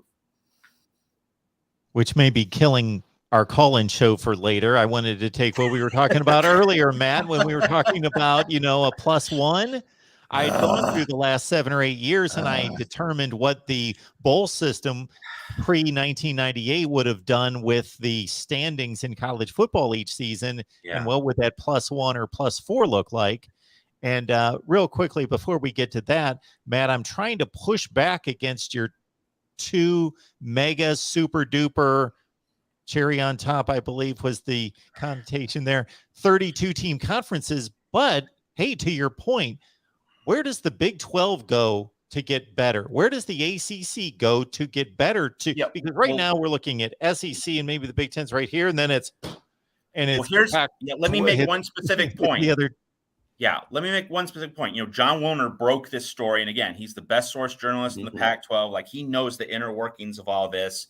And one thing that he had been saying the previous few weeks, he wasn't predicting any kind of USC move to the Big Ten, but one thing he was saying, he addressed Pac-12 expansion or realignment, and one of the things he's been saying the previous few weeks was, the Pac-12 is not going to add a school from Texas because of the institutional fit, because of the culture, and let's just be honest, the Roe v. Wade overturn. Like liberal Pac-12 schools are not going to bring in a Texas school with very different cultural values under these circumstances. So what does that mean, though? I'm not talking about whose politics are better or worse, just talking about the logistics and the politics here. The Pac-12 did not have an incentive to bring a Houston, a Texas Tech into the Pac-12 as part of a realignment move. So what does that mean? It means that the Pac-12 and Big 12, in my mind, are less likely, not more, to merge and form their own 16-team conference. So what that plays into the scenario of the Big 10 is going to gobble up a bunch of them, the SEC is going to gobble up a bunch of them, and you get the huge mishmash of 2 32-team conferences. I think the politics point toward just the SEC and Big 10 vacuuming everybody up rather than 4 entities with 14 to 16 or 18 teams. I think that's where the chessboard is. I think that's the state of play right now. Next up, we've got a Notre Dame fan. Now, you talk about another angle on this. Will, how you doing today, sir? What the heck is going on in college football, gentlemen? This is funky. I really feel for George Kliavkoff here. Like, he was really trying to do everything that he could to please Mike Bone, and he just could not please him enough. One thing as a Notre Dame fan I have to say is I'm intrigued on how UCLA and USC are going to do when they go to Ann Arbor, when they go to Madison, when they go to Minneapolis, because USC never wanted to play in South Bend in the winter, never wanted to. So that game always had to be earlier in the season. But now, like, they might not have the choice to do that. Now they might have to go to, like, a colder climate later in the season. So I'm just going to be interested in, like, how the Bruins and the Trojans, if they can do well and win games in the winter. Can I just pick up on that, Will, very briefly? Yeah. I mentioned earlier in the show here that you're going to see USC, UCLA be on the road for like 3 weeks at a time, and then we'll be at home for 3 weeks at a time. Okay. I think what you're going to see is you're going to see USC go to the Eastern time zone or the Central time zone in September and especially October, and you're going to see the Big Ten schools make the extended double USC, UCLA double stack road trips in November. I think that's the easy scheduling adjustment for the conferences and all the parties involved here. There's a great irony too in talking about the schedule, and I think, Mark, you and I have talked about this when I openly mocked UCLA's out of conference schedule for the next 2 years, especially this year, where they have Bowling Green, Alabama State, and South Alabama. That game against the HBCU exists because Michigan bailed out on its home and home with UCLA. They bought their way out of it because they wanted an extra home game for the next 2 years, which they got. So they're playing 8 at home and 4 on the road. Now they're going to be conference buddies pretty soon in the next few years and wind up having to play each other at some point. Look, I agree with Matt. I think there's going to be this is not going to be easy. It's going to be complex. It's going to be ugly, There are going to be mistakes. Look, the ACC this week came out with its, we're now eliminating the divisions, and you have your 3 matchups, right? And they couldn't even get the 3 matchups right across the board. I mean, some of what they have, Wake Forest was insistent, we have to keep that North Carolina State game. Yep. But instead, they decided the 3 rival games were Duke, Georgia Tech, and Virginia Tech. And those are your 3 annual, right? You didn't even get that right. Now we're talking about teams, and look, I get it. There are the private jets and there are all those things. And that's great if you're talking about, the men's basketball team with 13 people and a handful of coaches. You're talking about 100 football players, 85 or 80 going on the road. You're talking about the equipment trucks going all over, craziness. You're talking about a staff of 40 to 50. So to say, well, yeah, they got charter jets and whatever, it's not that simple. It really isn't. It's one thing to take your charter jet up to Eugene, Oregon. It's another thing to, have to go to Columbus or Ann Arbor and then turn around and whatnot. There's a lot of logistics that are not going to go smoothly. Yeah, I'm interested to see. I saw that like Oklahoma and Texas didn't do that quite well in the Big 12 the year after leaving. I wonder if like the other schools are really going to have that extra push to like take down the Trojans, to take down the Bruins. Like a trip to Utah, like it might be really rough and wild. And I will say this about USC under Lincoln Riley. USC will need to be 10 points better than its opponents. Because if it's leading by 4 points late in the game, that pass interference call by Pac-12 refs is going to go the other way. I think here's to your point though, Will, is that yes, I get it, except the other schools, because I don't believe this is the end of the change. The other schools are almost auditioning for their next place also. Yeah. It's because I don't believe it's just UCLA and USC leaving, the rest, and the Pac-12 picks up a couple of, mid-range schools. And that's, then it's all fixed. You can't, not without a major market. Putting Boise State in is not adding a major market. And it's interesting too. One of the things the Pac-12 has always insisted upon for entrance into the conference is you must be a tier 1 Carnegie academic research school. And which is part of the reason BYU was not added in when Utah was. That would have made sense, BYU and Utah. BYU may be now, I haven't checked in the last month, whatever, but there's going to have to be some if you want to survive as a conference, you're going to have to be a lot more lenient about who's coming in and what they offer. You don't get to be so picky anymore. Yeah, hey, Will, just want to offer this extra point that when Oklahoma was playing Oklahoma State in Bedlam, final game of the Big 12 season, trying to get into the Big 12 championship game, like every 50-50 call down the stretch of that game went to Oklahoma State. So I don't think it's idle speculation. Like, that the conference pariah is not going to get the benefit of the doubt. Let me add to that though, Matt. It's Pac-12 officials. How could you tell if they were being any worse?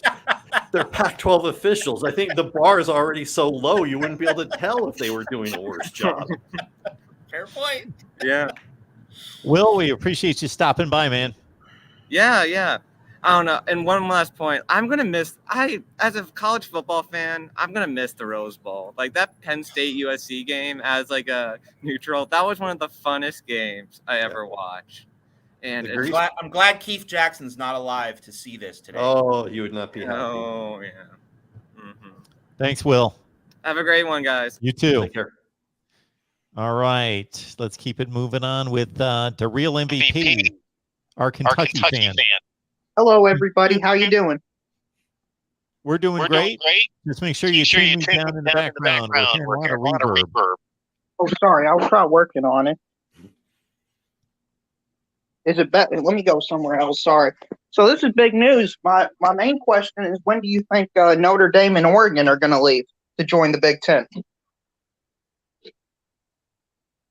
Well, I don't think Notre Dame necessarily thinks it has to move off its dime. Now, I mean, there will be a lot of speculation that it will just be folded into the Big Ten, but like Notre Dame is Notre Dame. It is unique in all of this, and Notre Dame prides itself on its independence and not being tied or tethered into anything else. I don't think we should assume that Notre Dame's going to just naturally be assumed into the Big Ten. I do think that Oregon, is definitely. I think the Pac-12 is dead. That's my initial inclination, because again, there's no reason for the Pac. Well, it's not likely that the Pac-12 and the Big 12 are going to merge, because the institutional and cultural fits are just so incongruent between those two conferences. I think just the Big 10 is going to get a mixture of schools from both conferences, and the SEC is going to get some Big 12 schools and a number of ACC schools. That's my read. I think also to add to the Notre Dame part of it, while I understand most of the country hates Notre Dame, they don't like the arrogance, they don't like whatever. Look, I've been there for games. It is all of that when you're there. It really is. Deserves its place in college football history. Notre Dame just re-upped its contract with NBC. Notre Dame doesn't want to share that with 12 other conference partners when they have it all to themselves. There's no upside for Notre Dame doing it. There is also the Notre Dame legacy. And I realize, well, at one point I'm talking about this is the new world of college football. There are enough people in the Notre Dame legacy who remember when they wanted to join the Big Ten and were turned down because the Big Ten did not want a Catholic school. So there's a little bit of Notre Dame for another decade or so is going to be saying, stick it in your ear, you need us more than we need you. Let me also make the point, Tony, on the heels of what you said. Yeah, if Notre Dame didn't want to split the revenue pie in a 14-team or 12-team conference, definitely not going to split the revenue pie in a 20-team conference, right? No, I agree. So, yeah, I think Notre Dame's going to stay independent. I agree. Okay, now do you think we're going to an NFL style where we get an AFC versus NFC type of situation in the future? I do think that this offers college football a chance to reimagine how it schedules. I think that's an interesting piece of all this.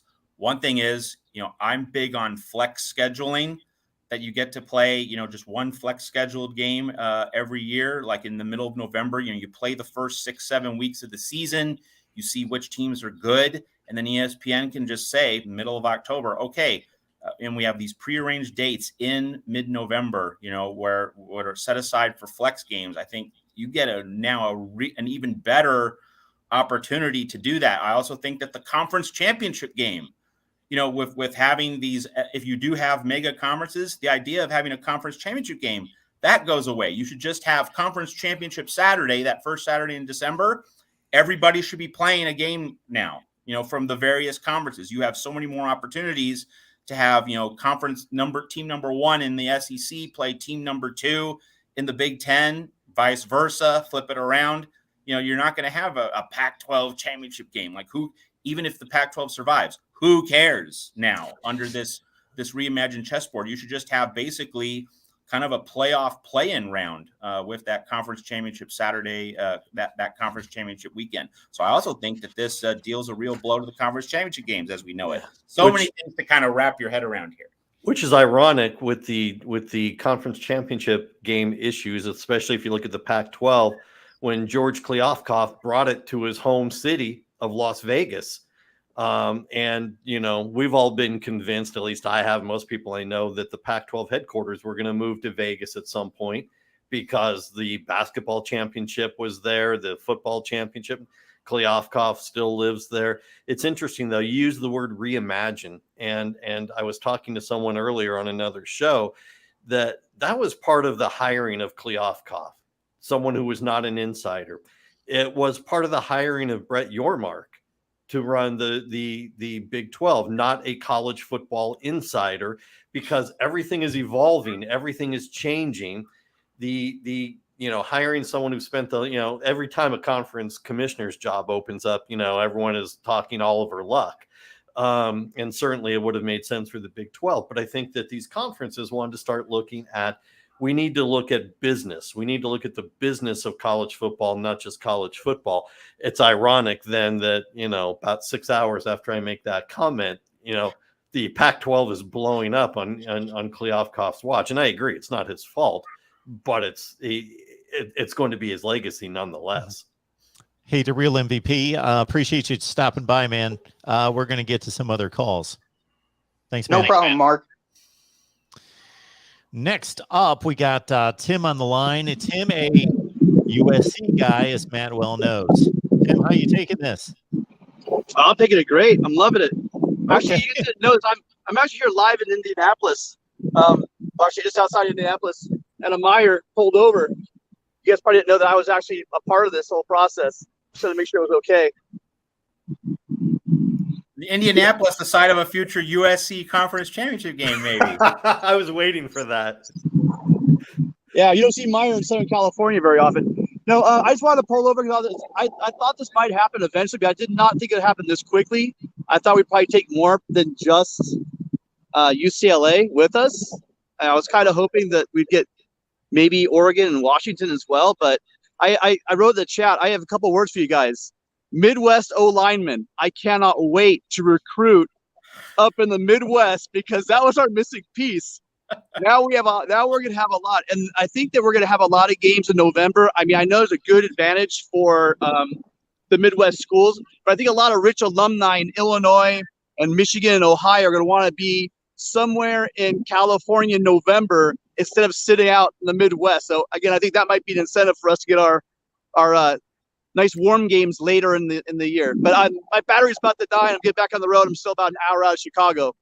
But yeah, I'll see, Big Ten teams going to Southern California in November. It's basically going to replace the Rose Bowl, basically.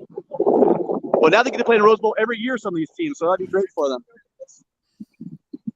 So, all right, guys, thank you so much. I'm excited. I'll keep listening on the way up. Appreciate it, Tim. It's interesting talking about recruiting. One of the things USC has historically done well, and I don't know if this will really change it, going to the point of, half of your games being somewhere in the Midwest, regardless of, when and where you're playing them. So one of the things USC has traditionally done well is recruit the Polynesian players, the Samoans, the kids from the islands, who, you move to Southern California, it's all good. You look at the schedule and, I keep using this example, you're playing Rutgers in, October. Wow. That's a harder sell to make, frankly. Because when you're pulling two all the way across the country, this is different geographically and logistically than what the SEC is contending with, where you can say, okay, now we just have this really gangly big conference, but they're in contiguous states, so we can separate them into pods. And sure, Missouri's going to have to go to Georgia. Well, they already do. Bad example. Oklahoma's going to have to run to South Carolina, but we can do that infrequently because we can section off the conference geographically. But when it's only USC and UCLA and they're going all the way across the country for everything. You also look to that point, you look at what is, and I think Matt brought this up before, is, looking at taking guesses at what's next, because trying to be educated about it is, an absurdity. Takes a certain amount of hubris to think that, we all know what's coming next. But if you look at, the raid that's going to happen on the ACC, at the next stop, you look at Clemson going to the SEC.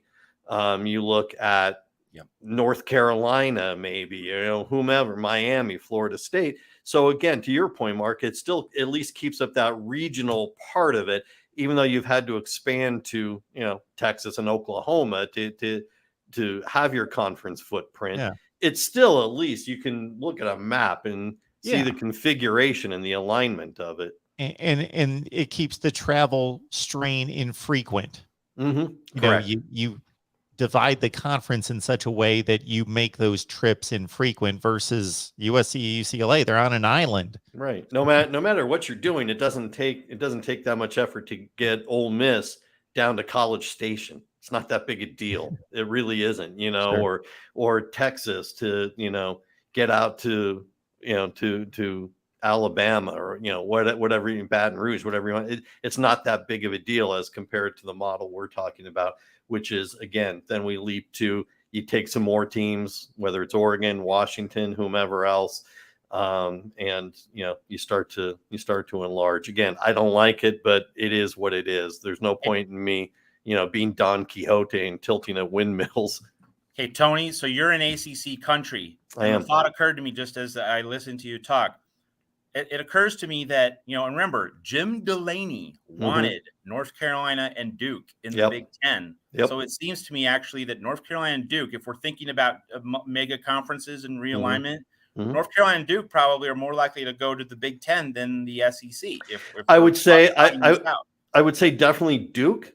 And we're going to chalk that up to the academic proclivities of Duke and a better fit in the end. I'm not slamming anyone in the SEC, so don't anyone get. I don't want any Mark's fans getting upset. Just plotting out the politics, right? Here. Exactly. Duke is a logical fit in the Big Ten. North Carolina, maybe.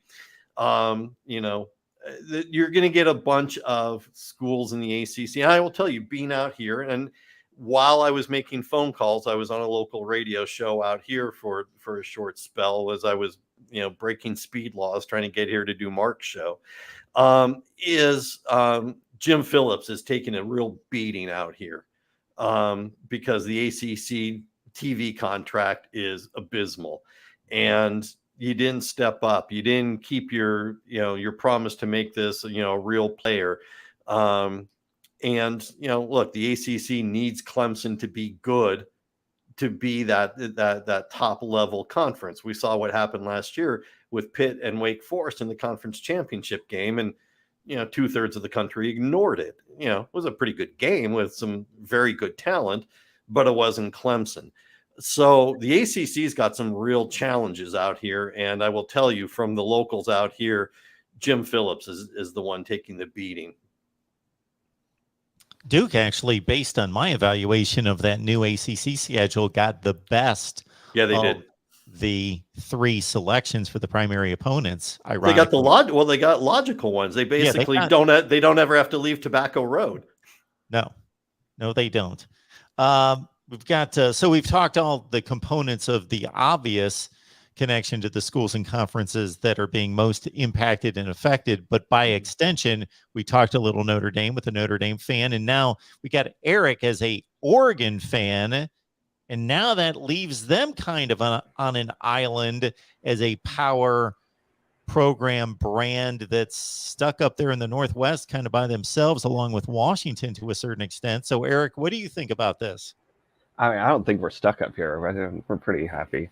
But okay. Yes, we are. I don't want to.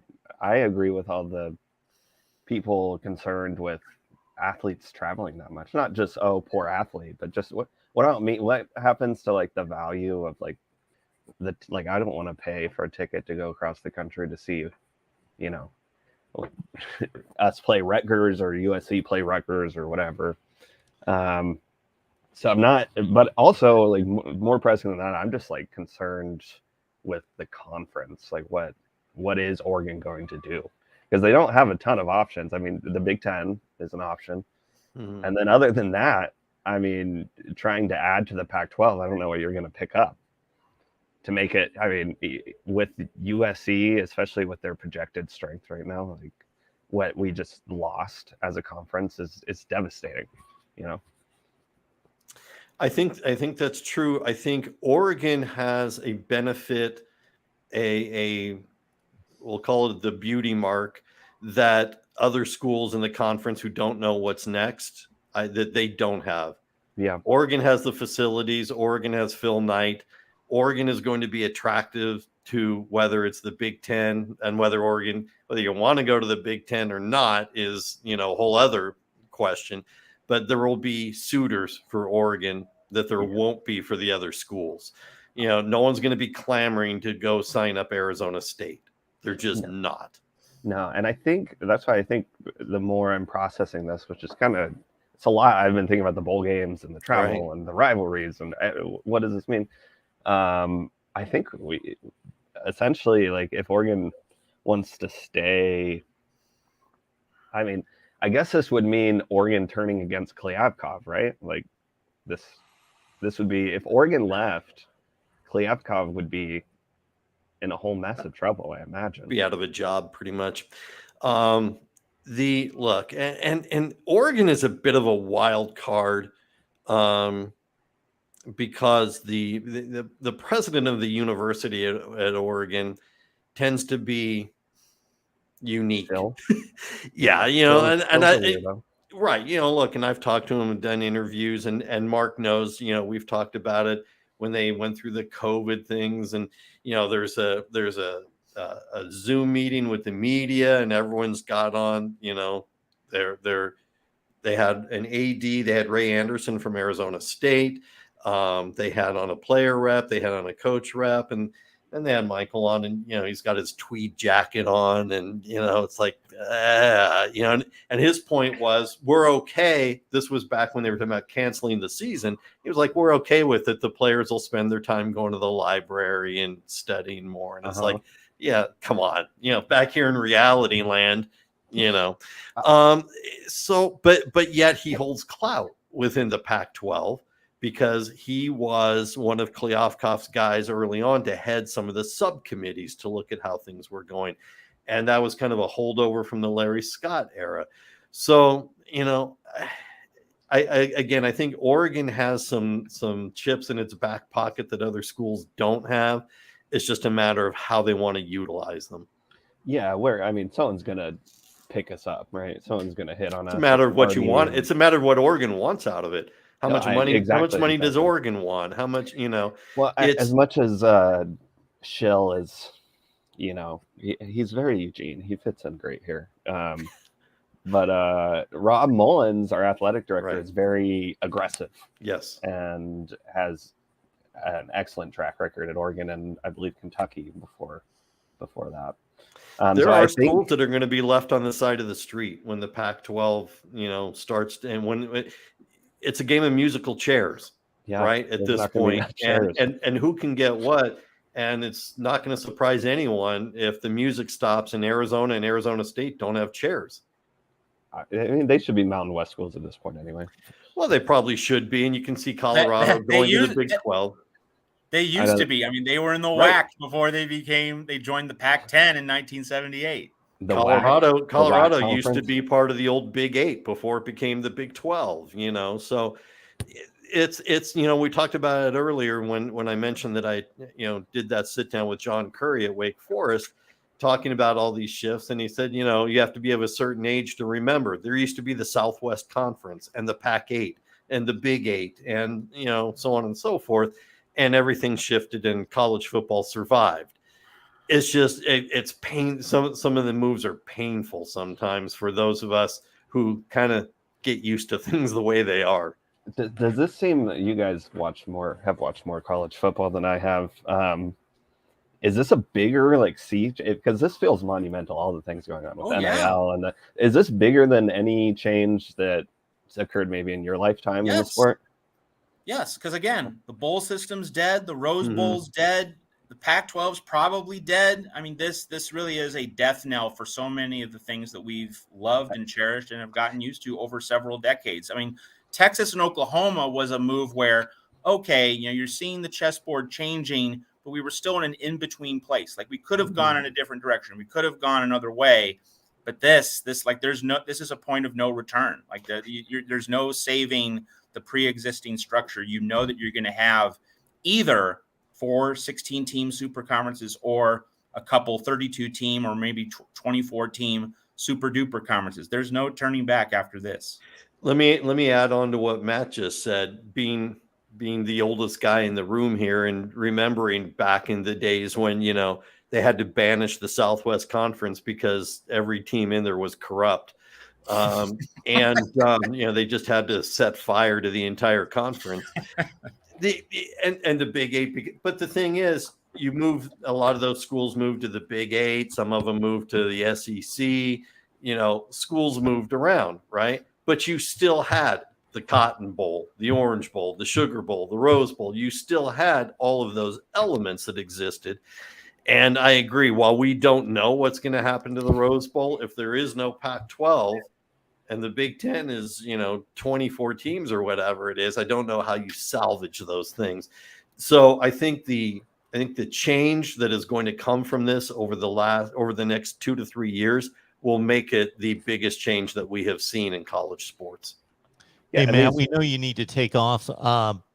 Is there anything else you'd like to hit us with before we see you next time? Well, I think the main thing to leave you with is something I briefly alluded to at the beginning. When Mike Bone courted Lincoln Riley, was a Big Ten move part of the plan? That's the question I want to see answered, and it's really going to be one of the major talking points and discussion points of the next several days. So I'm just going to leave you with that. And obviously at Trojans Wire, hey, my hair's all messed up. Like, I did yard work, then I saw Wilner's tweet, and just 2 hours of straight writing. I know I'm not going to eat or drink a single thing for the next 10 hours. So it's off to writing more stories and doing more media hits. So thanks, Mark, for having me. I really appreciate it. Matt, knowing all that, and I already was going to say, we appreciate your time and your expertise. Thank you so much for being here, Matt. Trojans Wire, everyone. Head on over there. Check out Matt's work. And great to meet you, Tony. Great to talk to you. You too, Matt. We'll talk soon. Thank you. All right, Tony. Likewise, however much time you have or don't have for us, Tony. I'm good right now. I canceled my plans for the night because once this hit, I was like, man, I got a lot of work to do. So we're good. If we need to take more calls or whatever, I'm good for a while longer. About 800 folks on the line. Appreciate you all being here at the Voice of College Football. Wow. Thank you so much for that. Eric, anything else before we let you go and keep moving on? Yeah, I mean, the last thing I was going to point out before Matt jumped in or jumped off, I guess, just processing all of this. The biggest loss I see, like in terms of tradition, are just like the rivalries that you lose. Mm-hmm. If Oregon goes to the Big Ten, which I assume they're meeting as we speak, or if there's not already a plan in place, they're running around with their hair on fire. All the people in the athletic department. If they do move to the Big Ten, we just automatically lose UW and Oregon State as rivalries, hypothetically. I mean, they could do something where they schedule them every year, but that's kind of how rivalries die, if I'm not mistaken. So that's just sad to me. And I don't know. I'm going to have to think about this a lot before I know one way or the other how I feel about it. We all are. We're all processing it, minute by minute since the news broke. Yeah. Thanks, guys. Thanks, Eric. Got Hunter checking in. Hunter, please let us know who you root for, or at least where you're calling from. Hey, Mark, how you doing? Doing just fine. You should know who I root for by now. Oh, Hunter. Yes. From Alabama. Yes, sir. Absolutely. So, appreciate you being here. So, as an SEC guy, looking in on this, what are your thoughts on this move, just on the face value of the move? Good, bad, indifferent? What's your kind of y'all's take? Good for who? Good for the Big Ten, yes. Good for USC and UCLA when it comes to money and football brand, yes. Good for college football, in my estimation, depending on what transpires in the future, most likely no. And I think that's the disconnect. Before I let Tony chime in, I think that's a big disconnect that separates college athletics from professional leagues. There is somebody, a commissioner, and by extension committees, to oversee the entire sport, to think about the entire sport and what is best for the entire sport when they make decisions, as opposed to we've got a situation where we've got 5 major conference commissioners, and they're going to do what's best for their conference monetarily, first and foremost, and with other priorities in mind after that. But there's no one to oversee the entire sport, to look out for the entire landscape. No, I think that's absolutely correct. And one of the things I was looking for down the road before this happened was in the replacing of Mark Emmert. I was looking for someone to be not an NCAA president, but more of a commissioner for everything, not, like we see the conference commissioners. and be more of that role that, you know, dealt less with some of the minutia that Mark Emmert got himself tied up in, and more big picture, forward thinking, reimagining kinds of things. You know, I had a conversation off the record with an ACC athletic director about 7-8 days ago, and I asked him, because the person the person knows the landscape really well. They know Greg Sankey really well. Says, Greg Sankey the most powerful person in college sports? He didn't really want to answer that, but he said Greg Sankey's got the most difficult job in college sports because he's got the most powerful conference, but with such a diverse group of schools, diverse needs and diverse pull. But yet you look at what just happened. Last summer, there was Greg Sankey was going to be able to push the SEC model for a playoff through with not really much in the way of stopping him.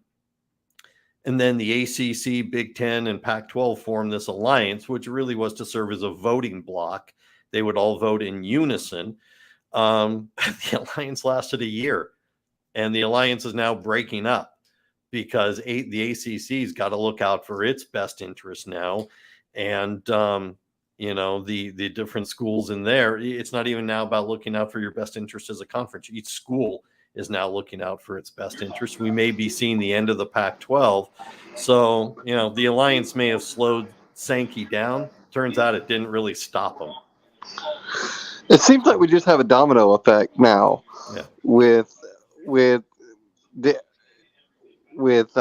Texas and Oklahoma moving to the SEC, and it just seems that this has just triggered a frenzy of conference move around, and I think that was some unintended consequences of that move.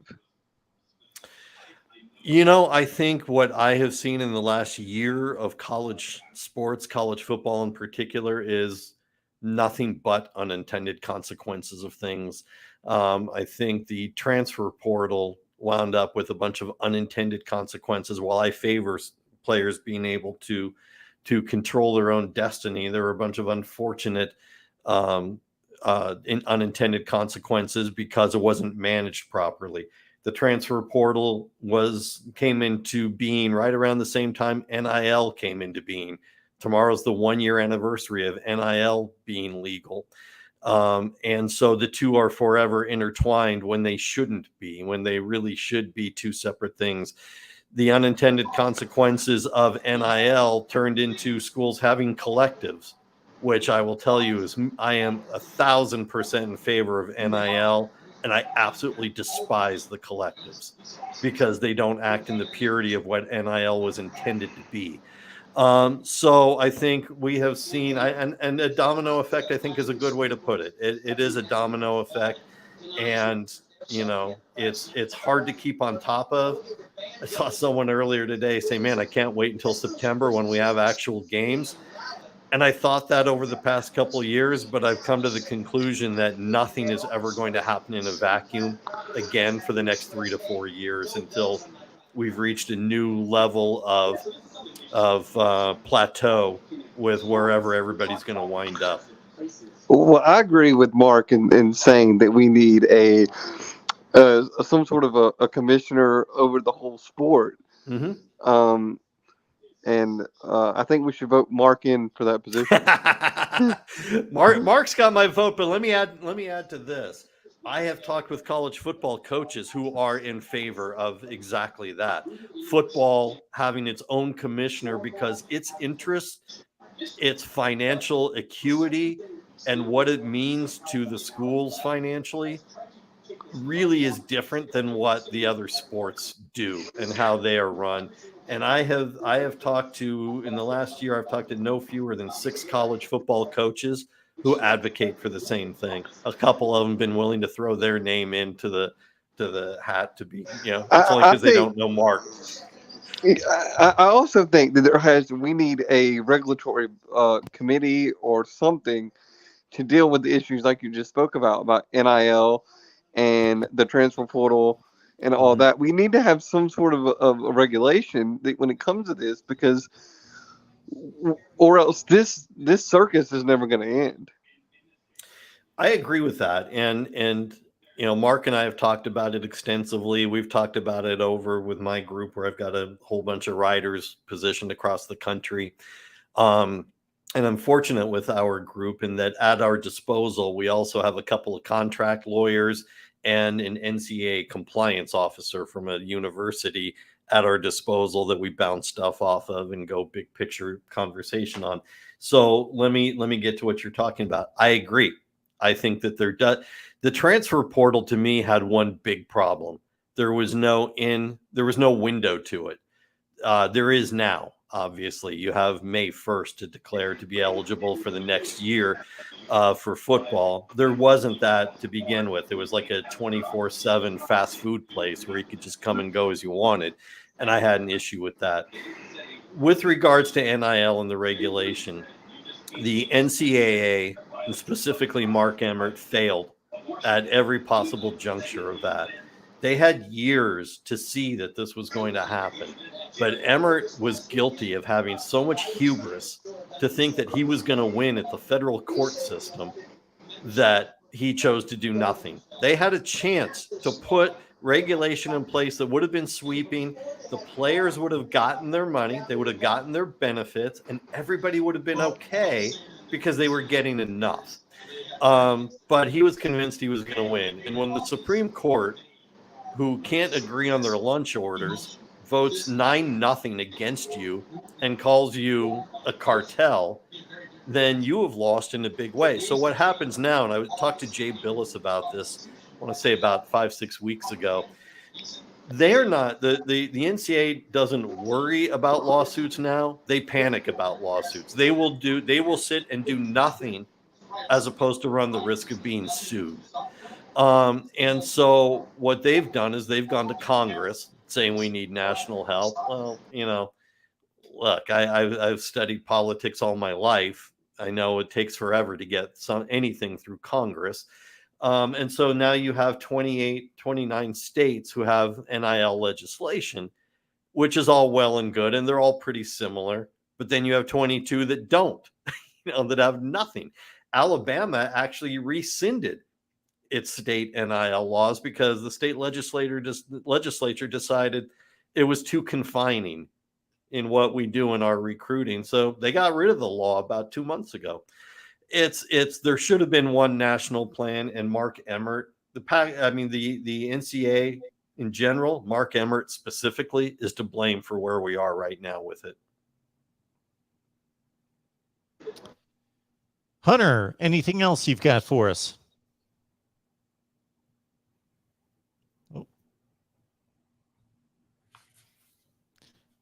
Some reason. Oh, Hunter is sorry about that. That's quite all right. Anything else, Hunter? No, other than just to say that I agree with what you just said there, and maybe down the road we'll have some type of a sweeping legislation that happens to where we can get this under all into regulation, because I don't think it's good for the sport. I don't think it's good for the kids, and I don't think it's good for the universities and the coaches of those universities to have to put up with all this. I don't know if you're familiar with a guy named Josh Pate, who does a show for 24/7 Sports. Yep. And he made a video about it. And I agreed with so much of what he said about the NIL specifically and how that he thought that it should be handled. And but anyway, I thank you for taking my call, Mark, and roll tide. Thanks, Hunter. Appreciate that.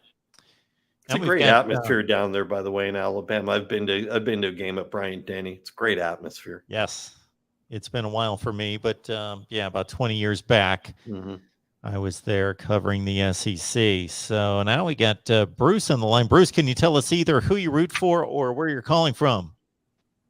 I'm a Husker fan from Portland, Oregon.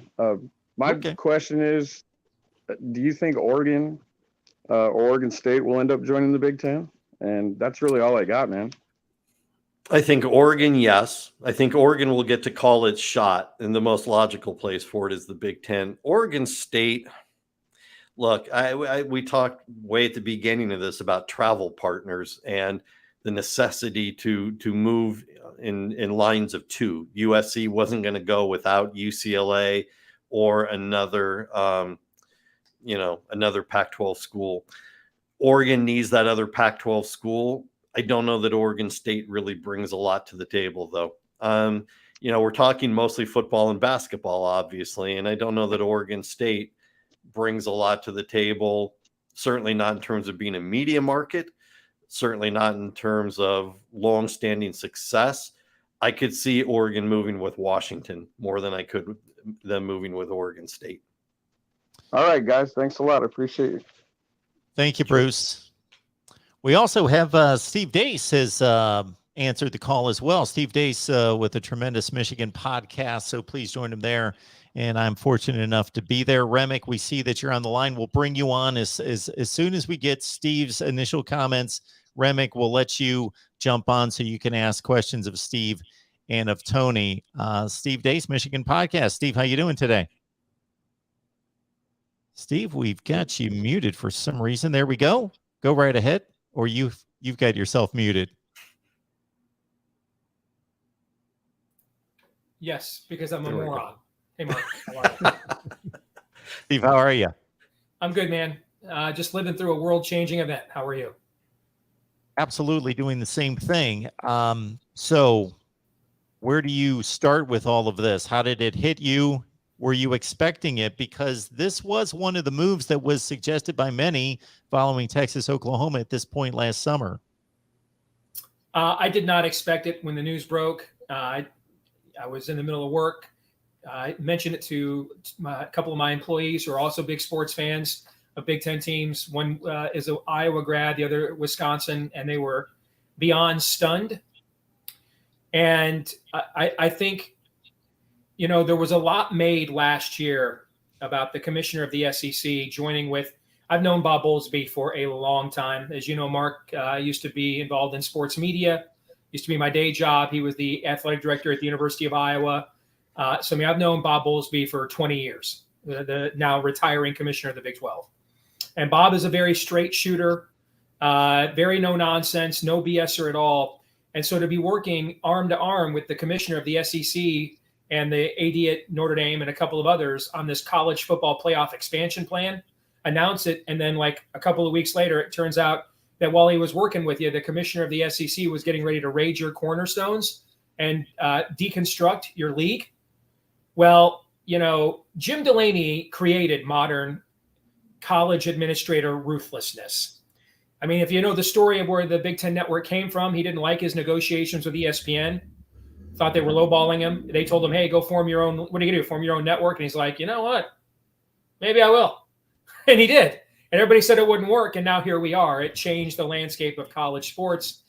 And as ruthless, though, as what Jim Delaney was, this is what Kevin Warren has done here is next level. Mm-hmm. This is beyond savage. This is, let me form an alliance with a century-old strategic partner.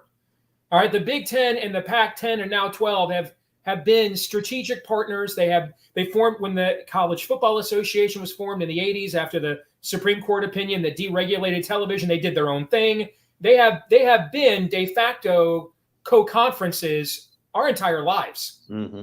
And so to form this alliance to create a voting block to hold off big SEC, ESPN hegemony over the new playoff, and then turn around and raid their league of their cornerstones. Let me tell you right now, Jim Phillips, who Kevin Warren beat for the job of commissioner of the Big Ten.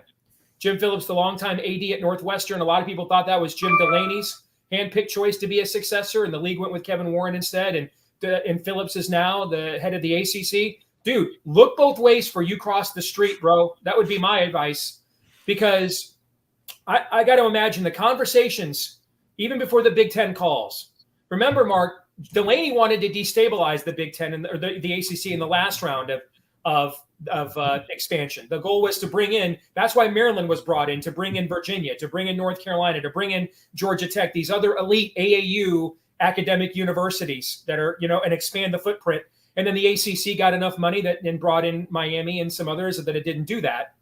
Well, I mean, can you imagine what's going on? I mean, you used to work for ESPN, Mark, and then, you know how this works. What in the world is going on with in Clemson, South Carolina, South Bend, Indiana, Chapel Hill, North Carolina, Charlottesville, Virginia? those administrators right now are thinking, we got to get a spot here to sit down, before the music stops. Mhm. I think Notre Dame is cornered. I think Notre Dame will also, I'm going to make this prediction right now. Notre Dame will also be playing in the Big Ten by 2024. I don't think there will be, with this much of consolidation, I don't know where their national schedule comes from. I mean, USC is going to play all these Big Ten teams, and let's play Notre Dame. No, they're not.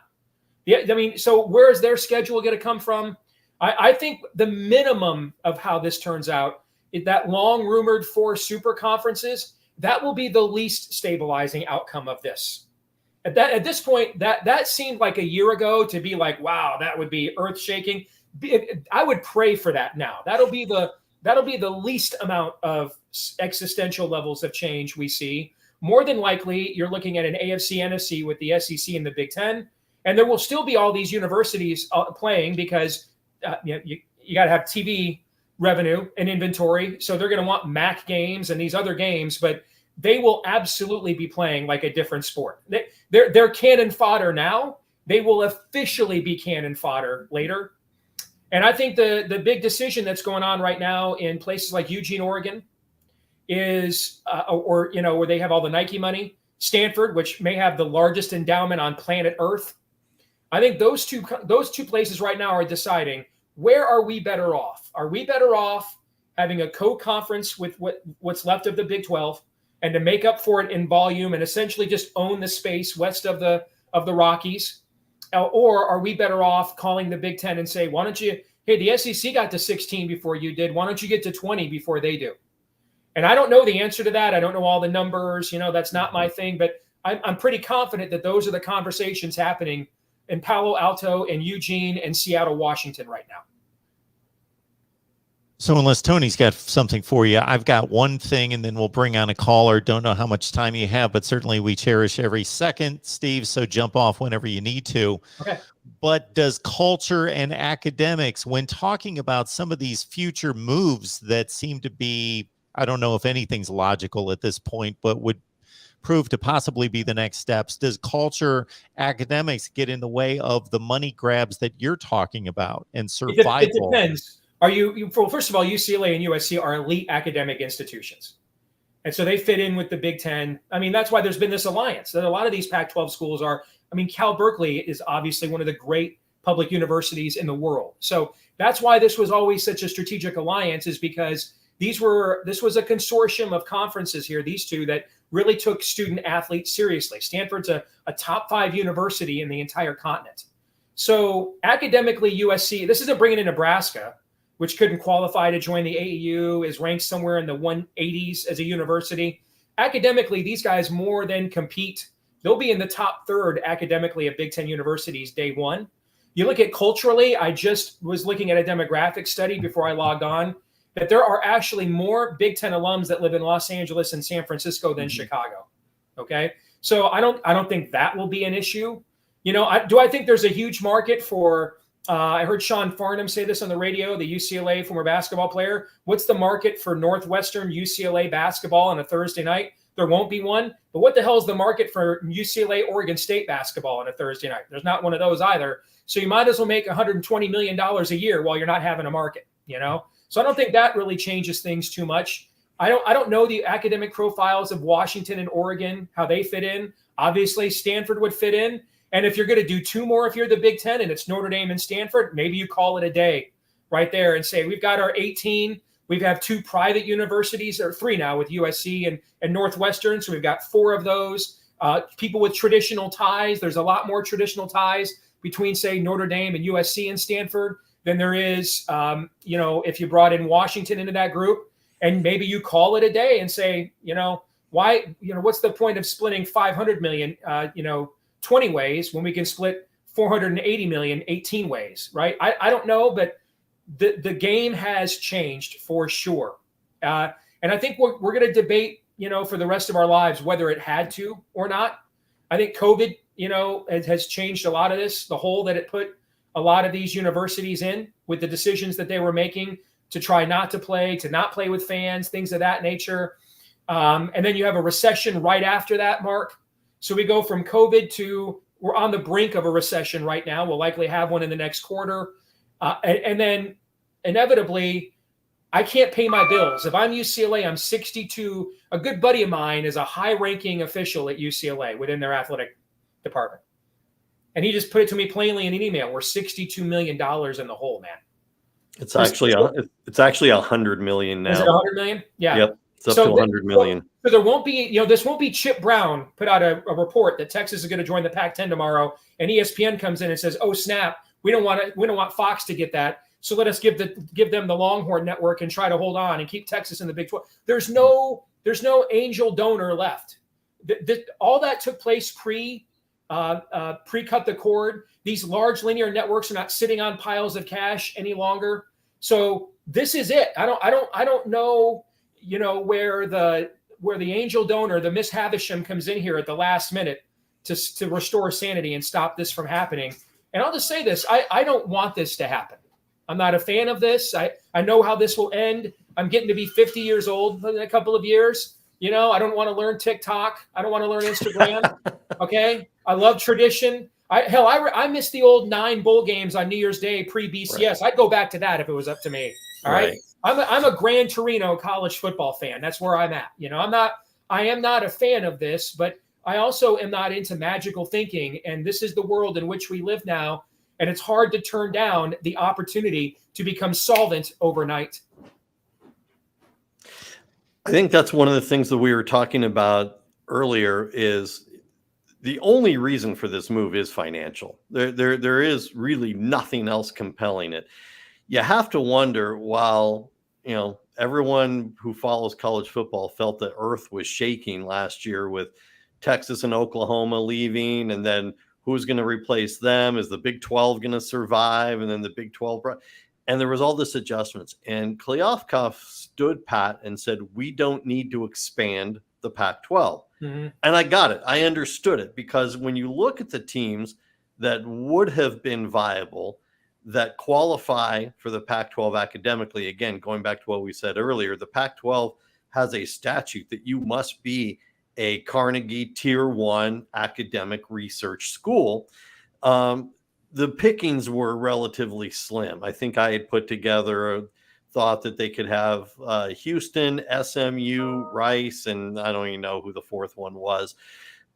If they had expanded, would we be here now? I don't know. The Pac-12 network has been a financial drain on the conference for well over a decade. And Kliavkoff all but alluded to the fact that it'll be gone next year. When the contracts with the service providers are up, it'll be gone. None of the schools ever got the money that Larry Scott committed to them from that endeavor. It was always a bust. So you go and like we just talked about, UCLA is $100 million in debt, and that's before we get to the current academic year. The revenue for the 2021-22 academic year will be released in about 3-4 months. So they're already $100 million in debt, with improvements to facilities that they had to take on some of the costs for, the buyouts of Steve Alford and Jim Mora, the loss of game day revenue during COVID, the loss of TV revenue, all of those things. And there is no angel to come in and fix that at this point. We talked about it earlier. The school there's always been, with Chancellor Gene Block, there's always been this division, this wall between the administration and the athletic department, and the two don't cross. Up until Martin Jarman became athletic director, I never saw Gene Block at a UCLA athletic event. All the years I covered football at the school, Chancellor was never there. Martin Jarman drags him by the hand at this point to make sure that he goes to some of these and is a presence. But the school is not going to bail out the athletic department, much like Cal had about a $12 to $15 million deficit. The school said, we'll cover it. The UCLA administration will not do it. They've given them low interest loans, which seems absurd. But this is it. This is, if you're UCLA, this is your chance. Get a piece of the Big Ten TV contract. And this is what you got. Otherwise, you're just hoping to chip away at your debt level every year for the next 5 years. We've got a call coming in from Remick. Remick, appreciate you being here. Who do you root for, or where are you calling from? Calling from Salt Lake City. Hello, Remick. Hey, can you hear me? Hello? Yeah, appreciate you being here. What do you have for Steve and Tony and I? Well, this is a big move. I'm a big Utes fan, so this kind of affects me and our team and the conference, So I don't know what to think of it. This is pretty big news. However, I feel like in the future, do you think that one of the Power 5 conferences will be no more, like it's gone, and like the Big 12 or Big 12, it's going to be like these two major, like just two conferences together? And do you think, is that where we're going? Yeah, I It think appears so. as we're going that. Tony, go ahead. Yeah, I think it's inevitable, because in order for this move to continue to work for UCLA and USC, that there's got to be other schools that leave the Pac-12 also. Frankly, I got to tell you, I'd like to see Utah. I don't know what happens to Utah. I would like to see Utah get some upgrade, some bump up in notoriety. As Mark and I have talked about, he knows. I think Kyle Whittingham is one of the best college football coaches in the country. It's not an easy place to recruit to, and yet what he does with the talent that he has every year, I think is exceptional. So what I like, if we're gonna shift around and create this whole new world, then I'd like to see Utah. I also think that you're going to see some ACC teams move. I think that Clemson, Florida State have to start looking out for their best interest, not sit there and wait for Jim Phillips, who living out here in North Carolina now, I can tell you he's getting run over by the bus pretty much every day lately. So yeah, I think that it will dissolve some of the other conferences, and there'll be some more seismic shifts. I gotta tell you, Mark, while we're doing this, I just got a text from a source who, gotta tell you, I trust pretty well, who said that the USC and UCLA deal being done, and the all the intricacies still to be ironed out, but the move is being done, that there are 2 to 4 more Pac-12 teams who are ready to move to the Big Ten, probably within the next week. Oh, I can see those. So do you think Utah is I can one of see them? Oregon not being one of those teams. I could see it actually being Stanford and I feel Cal. like Utah's better fit for the Big I was 12. just going to say, Steve, Stanford, Cal if it's 2, and you don't think Stanford, Cal, Oregon, Washington if it's 4? I think if it's 4, then it's Oregon and Washington. I think academically, I mean, what this does from the Big Ten footprint standpoint, you could make an argument competitively. Why bring Oregon and Washington in? Why you're going to basically monopolize the California recruiting market with your conference if you do this? Why have Oregon come in and compete with your schools for that with their Nike money? Just take that money completely off the table in an NIL world and just go straight academics with Cal and Stanford. Remember, I don't believe the Big Ten's presidents will sign off on abandoning elite academic AAU institutions like that. I don't think they'll sign off on it. I don't. I would be more. That's why I would guess it's more likely to be Stanford and Cal than Oregon and Washington. I think it's going to be hard to get Stanford to move. Is not that Stanford is going to have a lot of options, but Stanford's administration tends to be very slow and methodical. And these are decisions that are happening now. They're decisions that are happening tonight, tomorrow. Everyone, as we've used this analogy multiple times since the news broke, it's a game of musical chairs, and everyone's got to make sure they've got a chair before the music stops. And Stanford doesn't historically operate that way. So it makes sense to have Stanford and Cal, again, talking about the travel pairing. I don't know if Stanford can pull the trigger that quickly.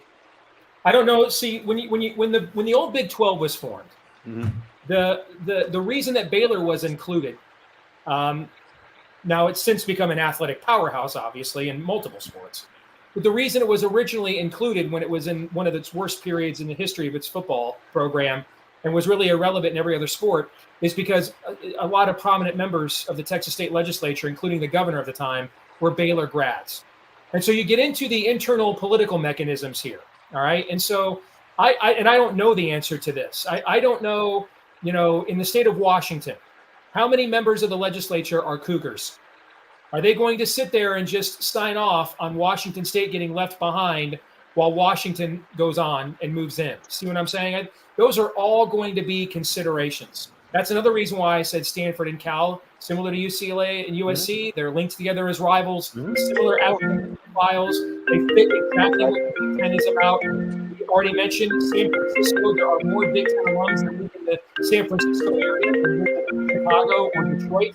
So that was another reason why I suggested that it could be them instead of Oregon and Washington. No, and there's all the logic in the world to it. There really is. It's not Stanford's administrative history to move this quickly and this decisively on something. So again, it makes perfect sense. And from a media market, you're getting the Bay Area, you're getting the San Francisco media market, which would be huge for the Big Ten. It's just a matter of how quickly Stanford's ready to move. Oregon, they can do whatever they want. Call Phil Knight, get the rubber stamp of approval, and you move on.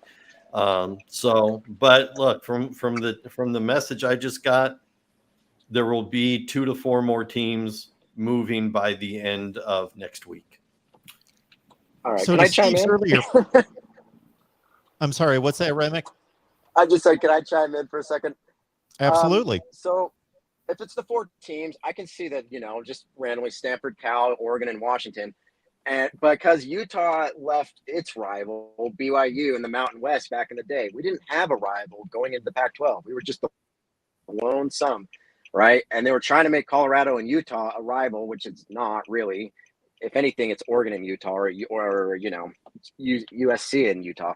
But why not just have the Big 12 do something? Since the Pac-12 didn't expand, why not Big 12? Hey, here's an opportunity to take some teams. Let's grab Utah. Let's get Utah on the phone. Bring back the Holy War into the conference, right? And grab Colorado again. Seeing that Pac-12 could die off in the next coming years, right? I'm sure. So as someone that has covered the Big 12 quite a bit, I live in Iowa. I've got a lot of friendships at Iowa State University, so I'm very familiar with that environment. I am positive that the Big 12 is thinking that. Here's the problem: is it goes to forgive me, Mark. I forgot the other Tony. You're with us. Okay. The timing is terrible for the Big 12. Mm-hmm. You've got Bowlesby retiring. They're about to hire a new commissioner literally any minute now, and he's coming from Jay-Z's organization. So you want to talk about drinking from a fire hose? They're in the middle of a transition right now. So the timing for them is not good. And, a lot of us have sat around here for the last month wondering what in the world is the holdup with the Big Ten announcing its television deal? What in the world is the holdup with the Big Ten announcing the new scheduling model? Well, now I think you have your answer, that this was the holdup. This was going on. And you start looking at what the Big Ten is looking at with this. You're talking about 4 native primetime windows now from noon Eastern till 10 Eastern.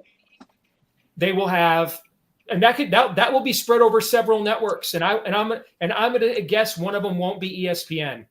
You'll have Fox. I think they'll bring CBS in, who will be looking for inventory after losing the SEC. I could see one of those windows, particularly if I'm right and Notre Dame now joins the Big Ten by 2024.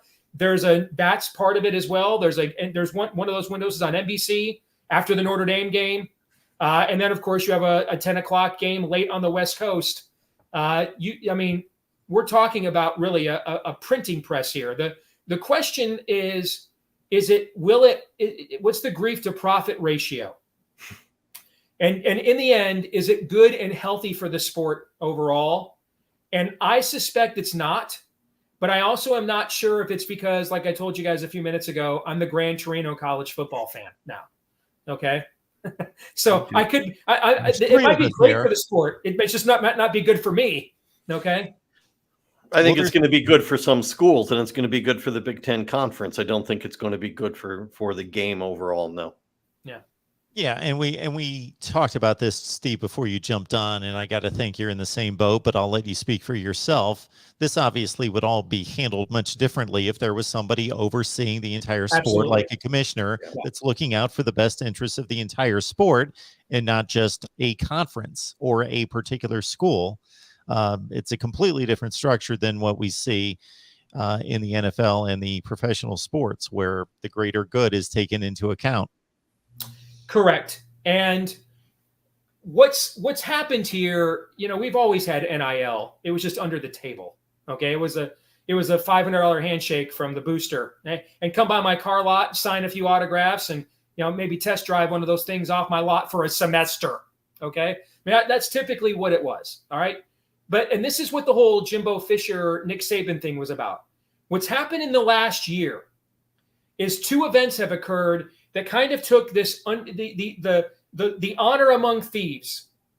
College football is like baseball with a lot of unwritten rules, unofficial rules, and two events occurred that kind of, you went Salazzo brother, if you know my Godfather reference. All right, we had an acceptable amount of crime here. All right, everybody had a good time. We weren't breaking up families. We weren't ruining neighborhoods. And all of a sudden the Salazzos move in and want to start slinging cocaine. And that kind of stuff just creates ghettos and ruins societies. And Beto puts his foot down and says, we're not doing that. That's going too far. And it leads to a civil war. What happened here was when A&M went full beyond in open recruiting inducement and then advertised it.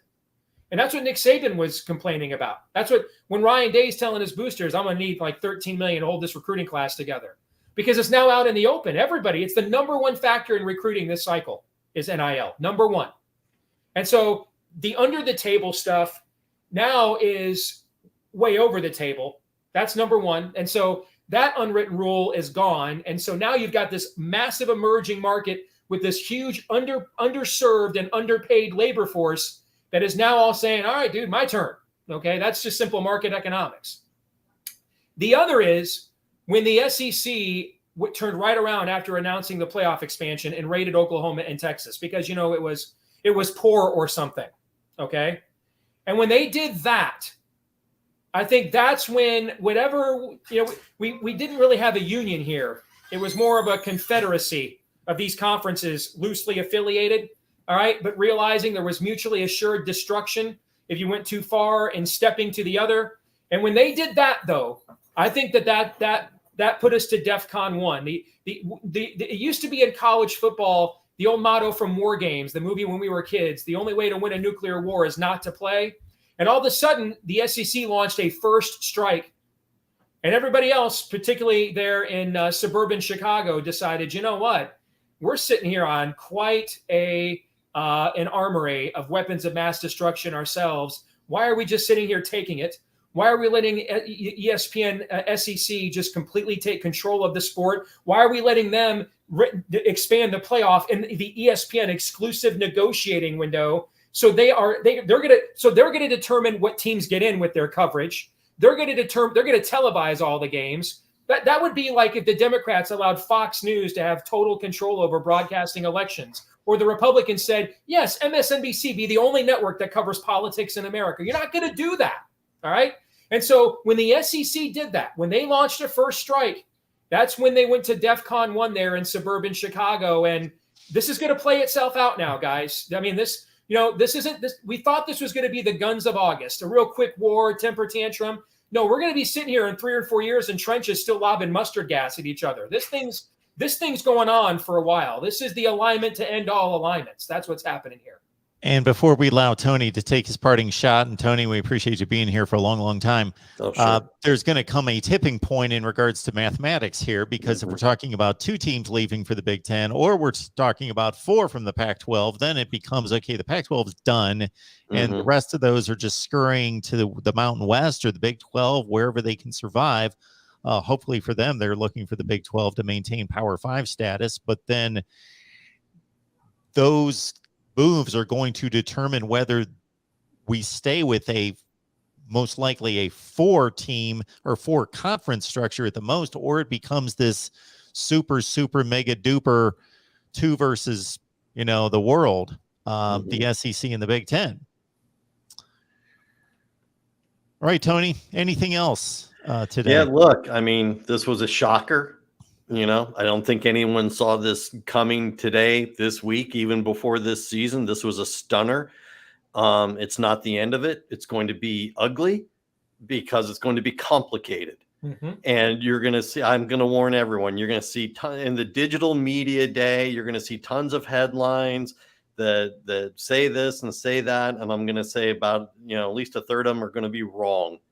If you're not digging through to the details, you're doing yourself a disservice. I had the conversation with someone earlier about the article that was run earlier this week from On3 about the Jaden Rashada, recruitment, and they had to pull it because it was totally wrong and completely unsourced.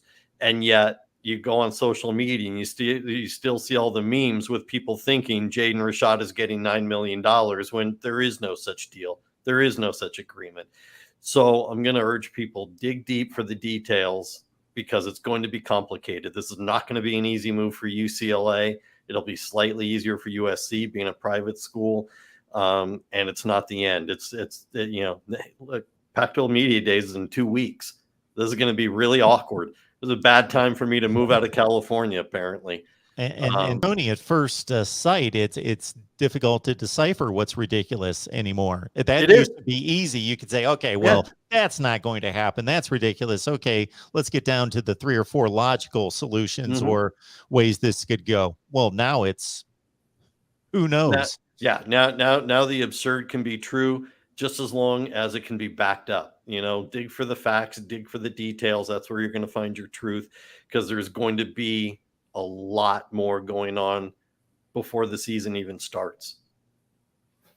Thank you, guys. So much, Tony. Thank you, Steve. Nice to meet you, Mark. Thank you. Appreciate that. Take care, Steve.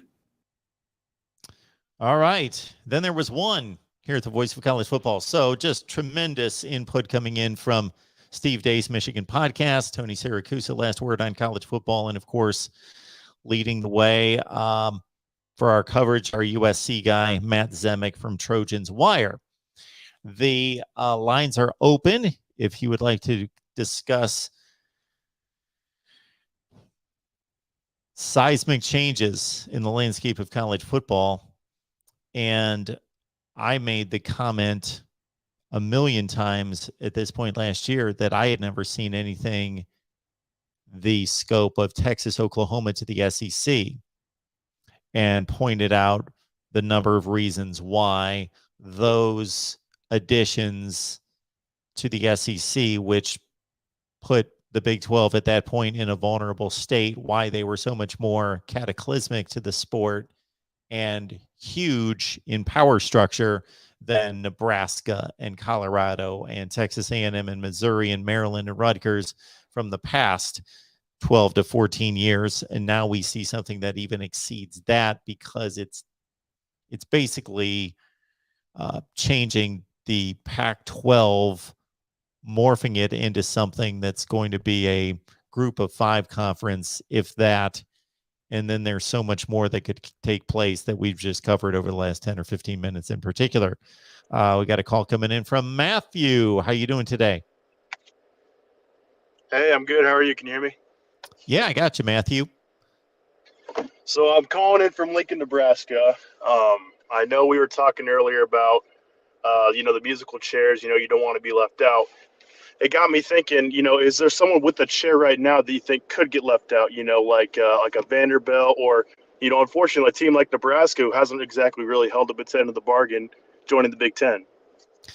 So you got to kind of put pen to paper to do that, to start working out, okay, if they move here and they move here and they gobble up them, and yes, it just the mathematics of it tells us that it's unlikely that it's going to work out perfect to where everybody who currently has a spot is going to continue to have a spot, because we've already seen 4 schools that don't have a spot get plucked up by the Big 12 because they have played and have market size, and they have traditions, and they have potential because of the market size, meaning Cincinnati, Houston, BYU, and UCF, to get plucked up by a Big 12.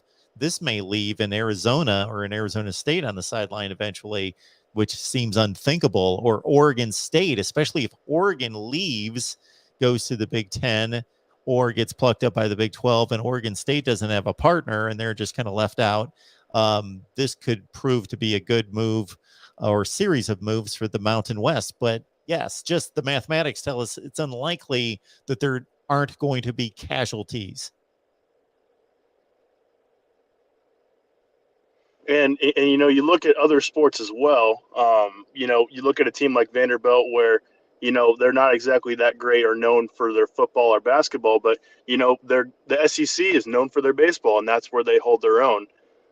So I know we were talking a little bit earlier about how, you know, you could see, you know, those Olympic sports with USC and UCLA kind of staying the same. Do you see that happening where, you know, maybe USC sticks around in basketball in the Pac-12, or do you think they would just go all in?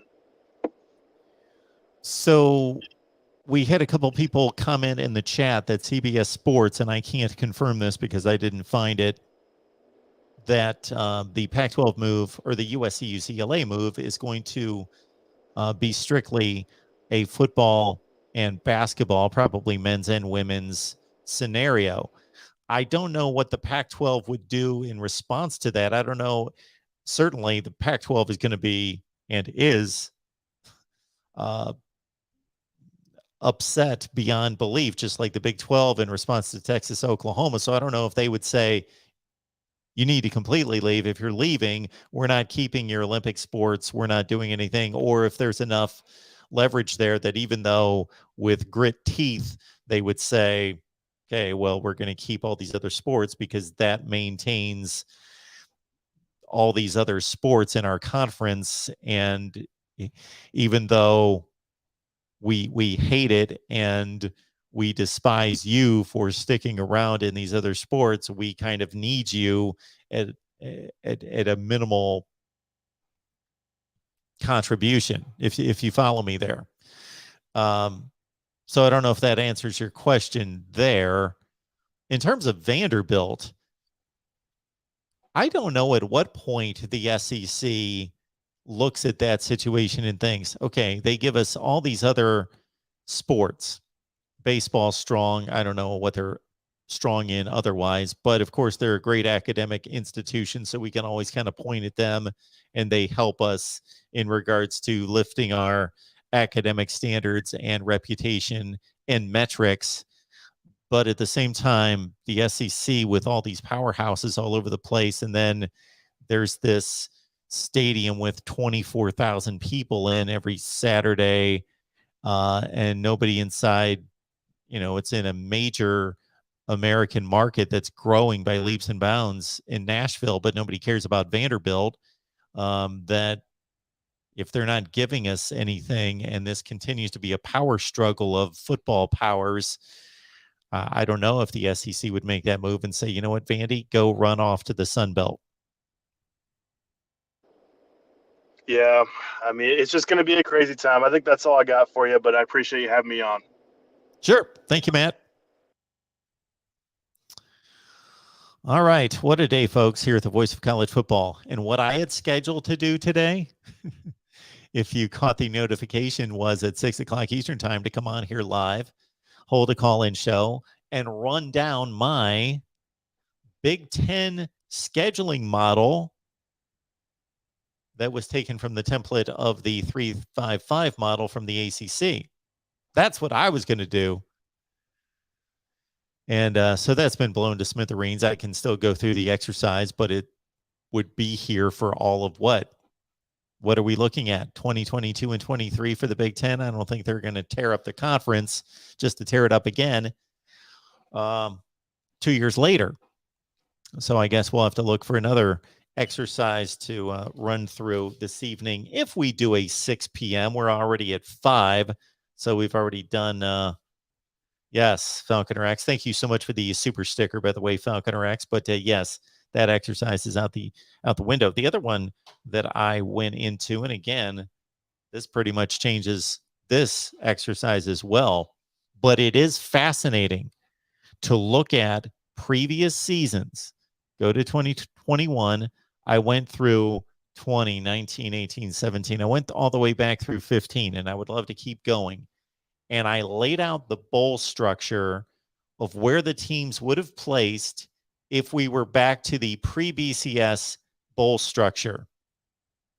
So before a playoff, before a BCS championship game, had those teams, let's take 2021. I don't have it in front of me, but Alabama won the SEC. They would have gone to the Sugar Bowl. Michigan, I almost said Ohio State because it's so automatic. Michigan and Utah won the Big Ten and the Pac-12. They would have gone to the Rose Bowl. Then you had Pitt won the ACC, Orange Bowl.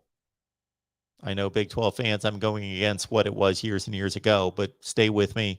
Big 12 winner Baylor goes to the Fiesta Bowl.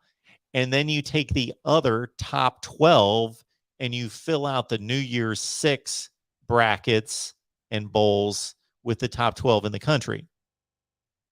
And then you play that out on New Year's Day and around New Year's Day and take a +1 game or a Final Four playoff after that. And that would have been one way to secure the bowls, still make them meaningful because everybody's going to watch, because all those are a stepping stone to the playoff, the new 4-team playoff, which would be much more interesting and logical and not selected by a committee, but those would come from the New Year's Day bowl results. So you now revalue, bring value back to the Rose Bowl, the Cotton Bowl, the Sugar Bowl, the Peach Bowl, the Orange, and whatever else I left out, the Sugar.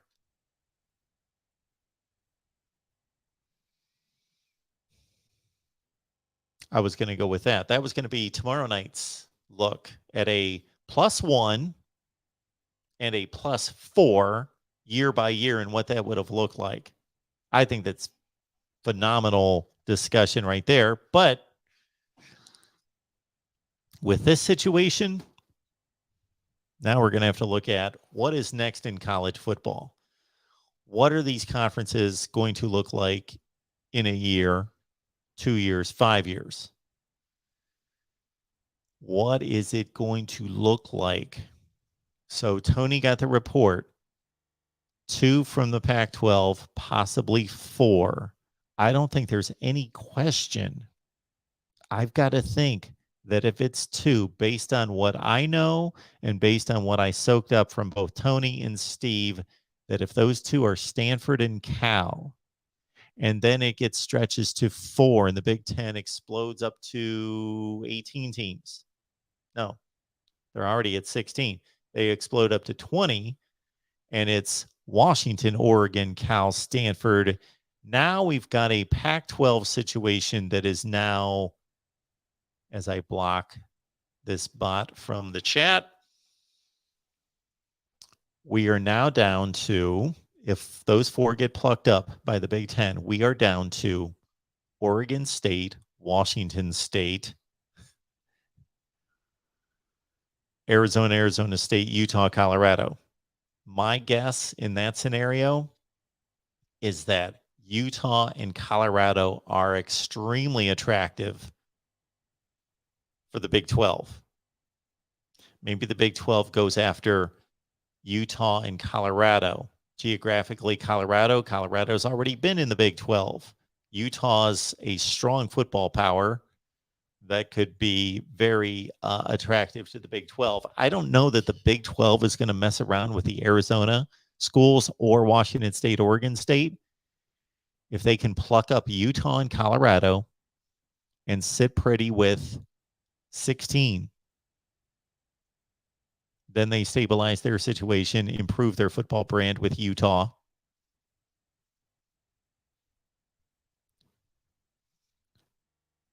Tony talked about the lack of continuity between the Big 12 and the Arizona schools and how that would not work or fit. So I'm going to have to think long and hard about what type of content we're going to have to produce over the next several days to counter what's been going on, because one of my best efforts here in the last year was after the Big 12 lost Texas and Oklahoma, was to turn around with a video immediately within the next few days and say, this is who the Big 12 needs to add before they implode, before Iowa State and Texas Tech and some other schools get picked off by the Pac-12 or the Big 10. They need to stabilize the league by adding Houston, BYU, UCF, and Cincinnati. Well, I nailed those 4. So I don't promise to nail the next moves in college football because I don't know, but we'll give it a shot. DeReal MVP. So Boise State and Utah State to the Pac-12. This is the question that I raised there.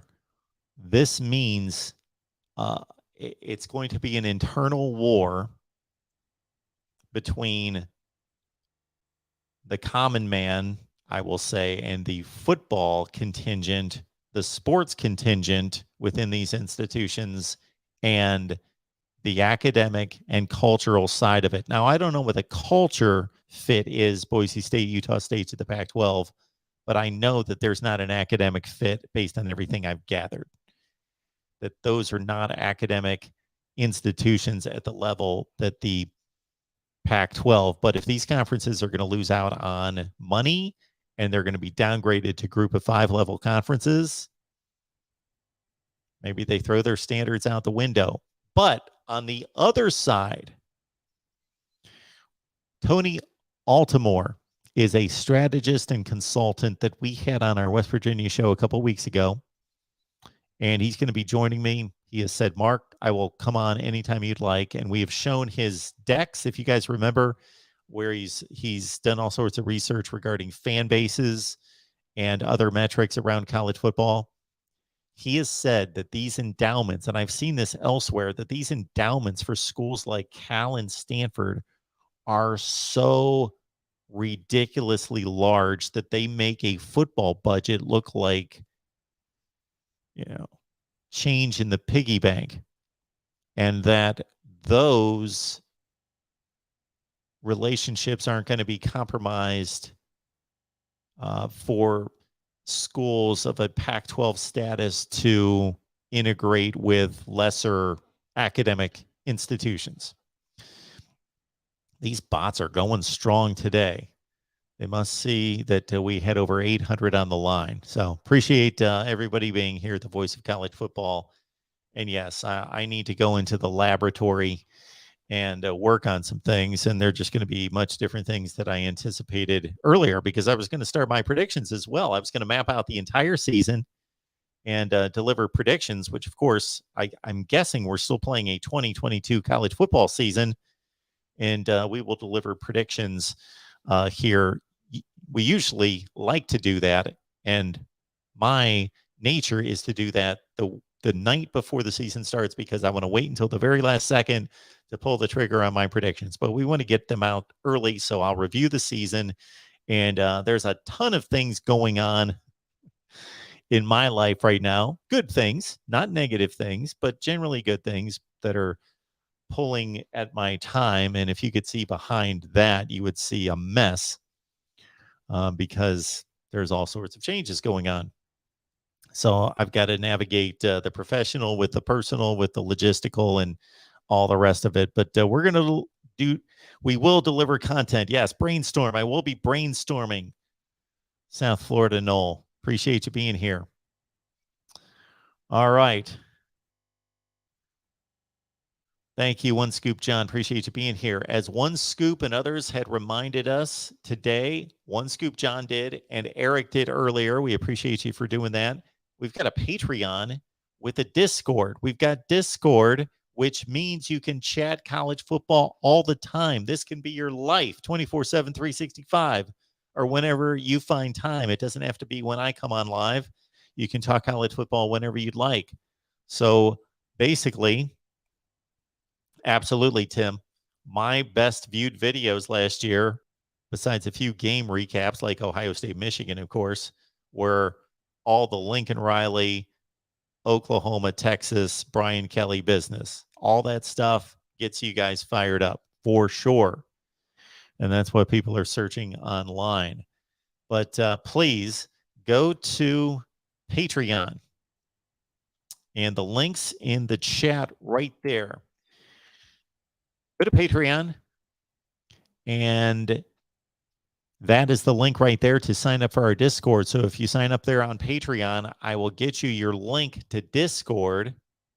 And then you can talk college football with me and a bunch of knuckleheads. All of us are in there talking college football constantly. So please join us. And they also do some after show post shows. How about that? Braden, can USC and UCLA be competitive in the Big Ten West? Yes, of course. Of course, USC is a much better football program traditionally and currently.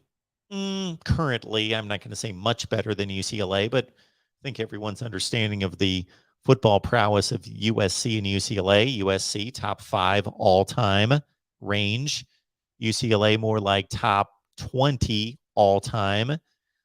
Currently, USC more in the top 15 to 20 range, but with projections that is likely to lift them into the top 5 to 10 range here in the next few years.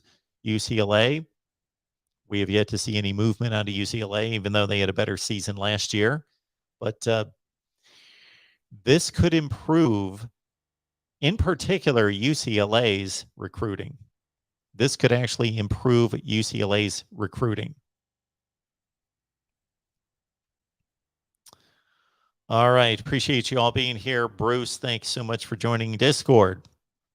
Thank you for that. Again, join us on Discord and we can talk college football 24/7, 365. Appreciate you being here at the Voice of College Football. Lock in on the content. I released a video yesterday looking at the ACC scheduling and what I think of the 3-5-5 no divisions and conference championship game, 1 versus 2 seed. And Cavalier, yes, this is disgusting. And this is my final statement. This is why it's disgusting. College football is a great game on the field. So once September 1st hits, or August 27th hits, and guys start running into each other on the field, much of this will be forgotten by many of us. We will be focused on, oh, wasn't that phenomenal? So-and-so came back in the last 2 minutes and scored 17 points to come back and win 48-45. That was phenomenal. We will be focused on the action on the field. And once, regardless of NIL and transfer portal, guys put on colors that we love and we hate, we're focused and we're engaged and we're interested and we're impassioned. Okay. But off the field, what is college football? What makes it great? What makes it unique? The Big Ten is different than the SEC. That's different than the Big 12. That's different than the ACC. That's different than the Pac-12. They all have different ways they talk, different music genres they like, different foods they eat, different things they value that come from their areas of the country, different terrain, city life, country life, suburban life. And therefore, different cultures. And the clash of those cultures, not in a negative way, but the clash of those cultures, the diversity of those cultures, makes it interesting to see the Big Ten play the SEC, and the Big Ten play the Pac-12 in the Rose Bowl, and the ACC against the SEC, and all of these various matchups. But what we are witnessing is that all of that is being sabotaged. The cultural diversity and the fabric of the sport that goes back to the ground roots of the sport, which is ingrained in culture in areas of the country, that is being destroyed when Nebraska's in the same conference as Rutgers? What does Nebraska more than halfway across the country have to do with just outside of New York City? And Columbia, South Carolina with Columbia, Missouri, that's halfway across the country. And Miami, Florida, and Syracuse, New York, or Boston. And on and on and on and on and on. It's been ripped apart. UCF, Central Florida, folks, is going to be playing, even though the games are going to be interesting and the matchups interesting. UCF, located in Orlando, Florida, is going to be playing in the Big 12. Big 12 is supposed to be the Dust Bowl. It's supposed to be the Heartland. Kansas, Missouri, Texas, Oklahoma. That's the Big 12. Not West Virginia and UCF and Cincinnati. Everybody's playing everywhere. It doesn't matter anymore. Thank you, everyone. Cavalier, thank you so much for your support. I appreciate that. And again, one more time here at the Voice of College Football. We will see you next time.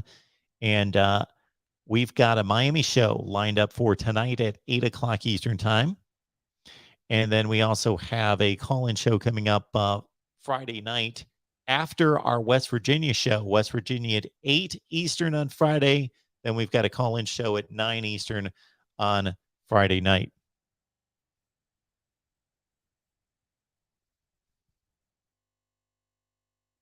See you next time. Thank you, D-Rock Irish and others. Appreciate it. Dave, Michigan Rick, all of you, thank you so much. Much appreciated. John, you as well.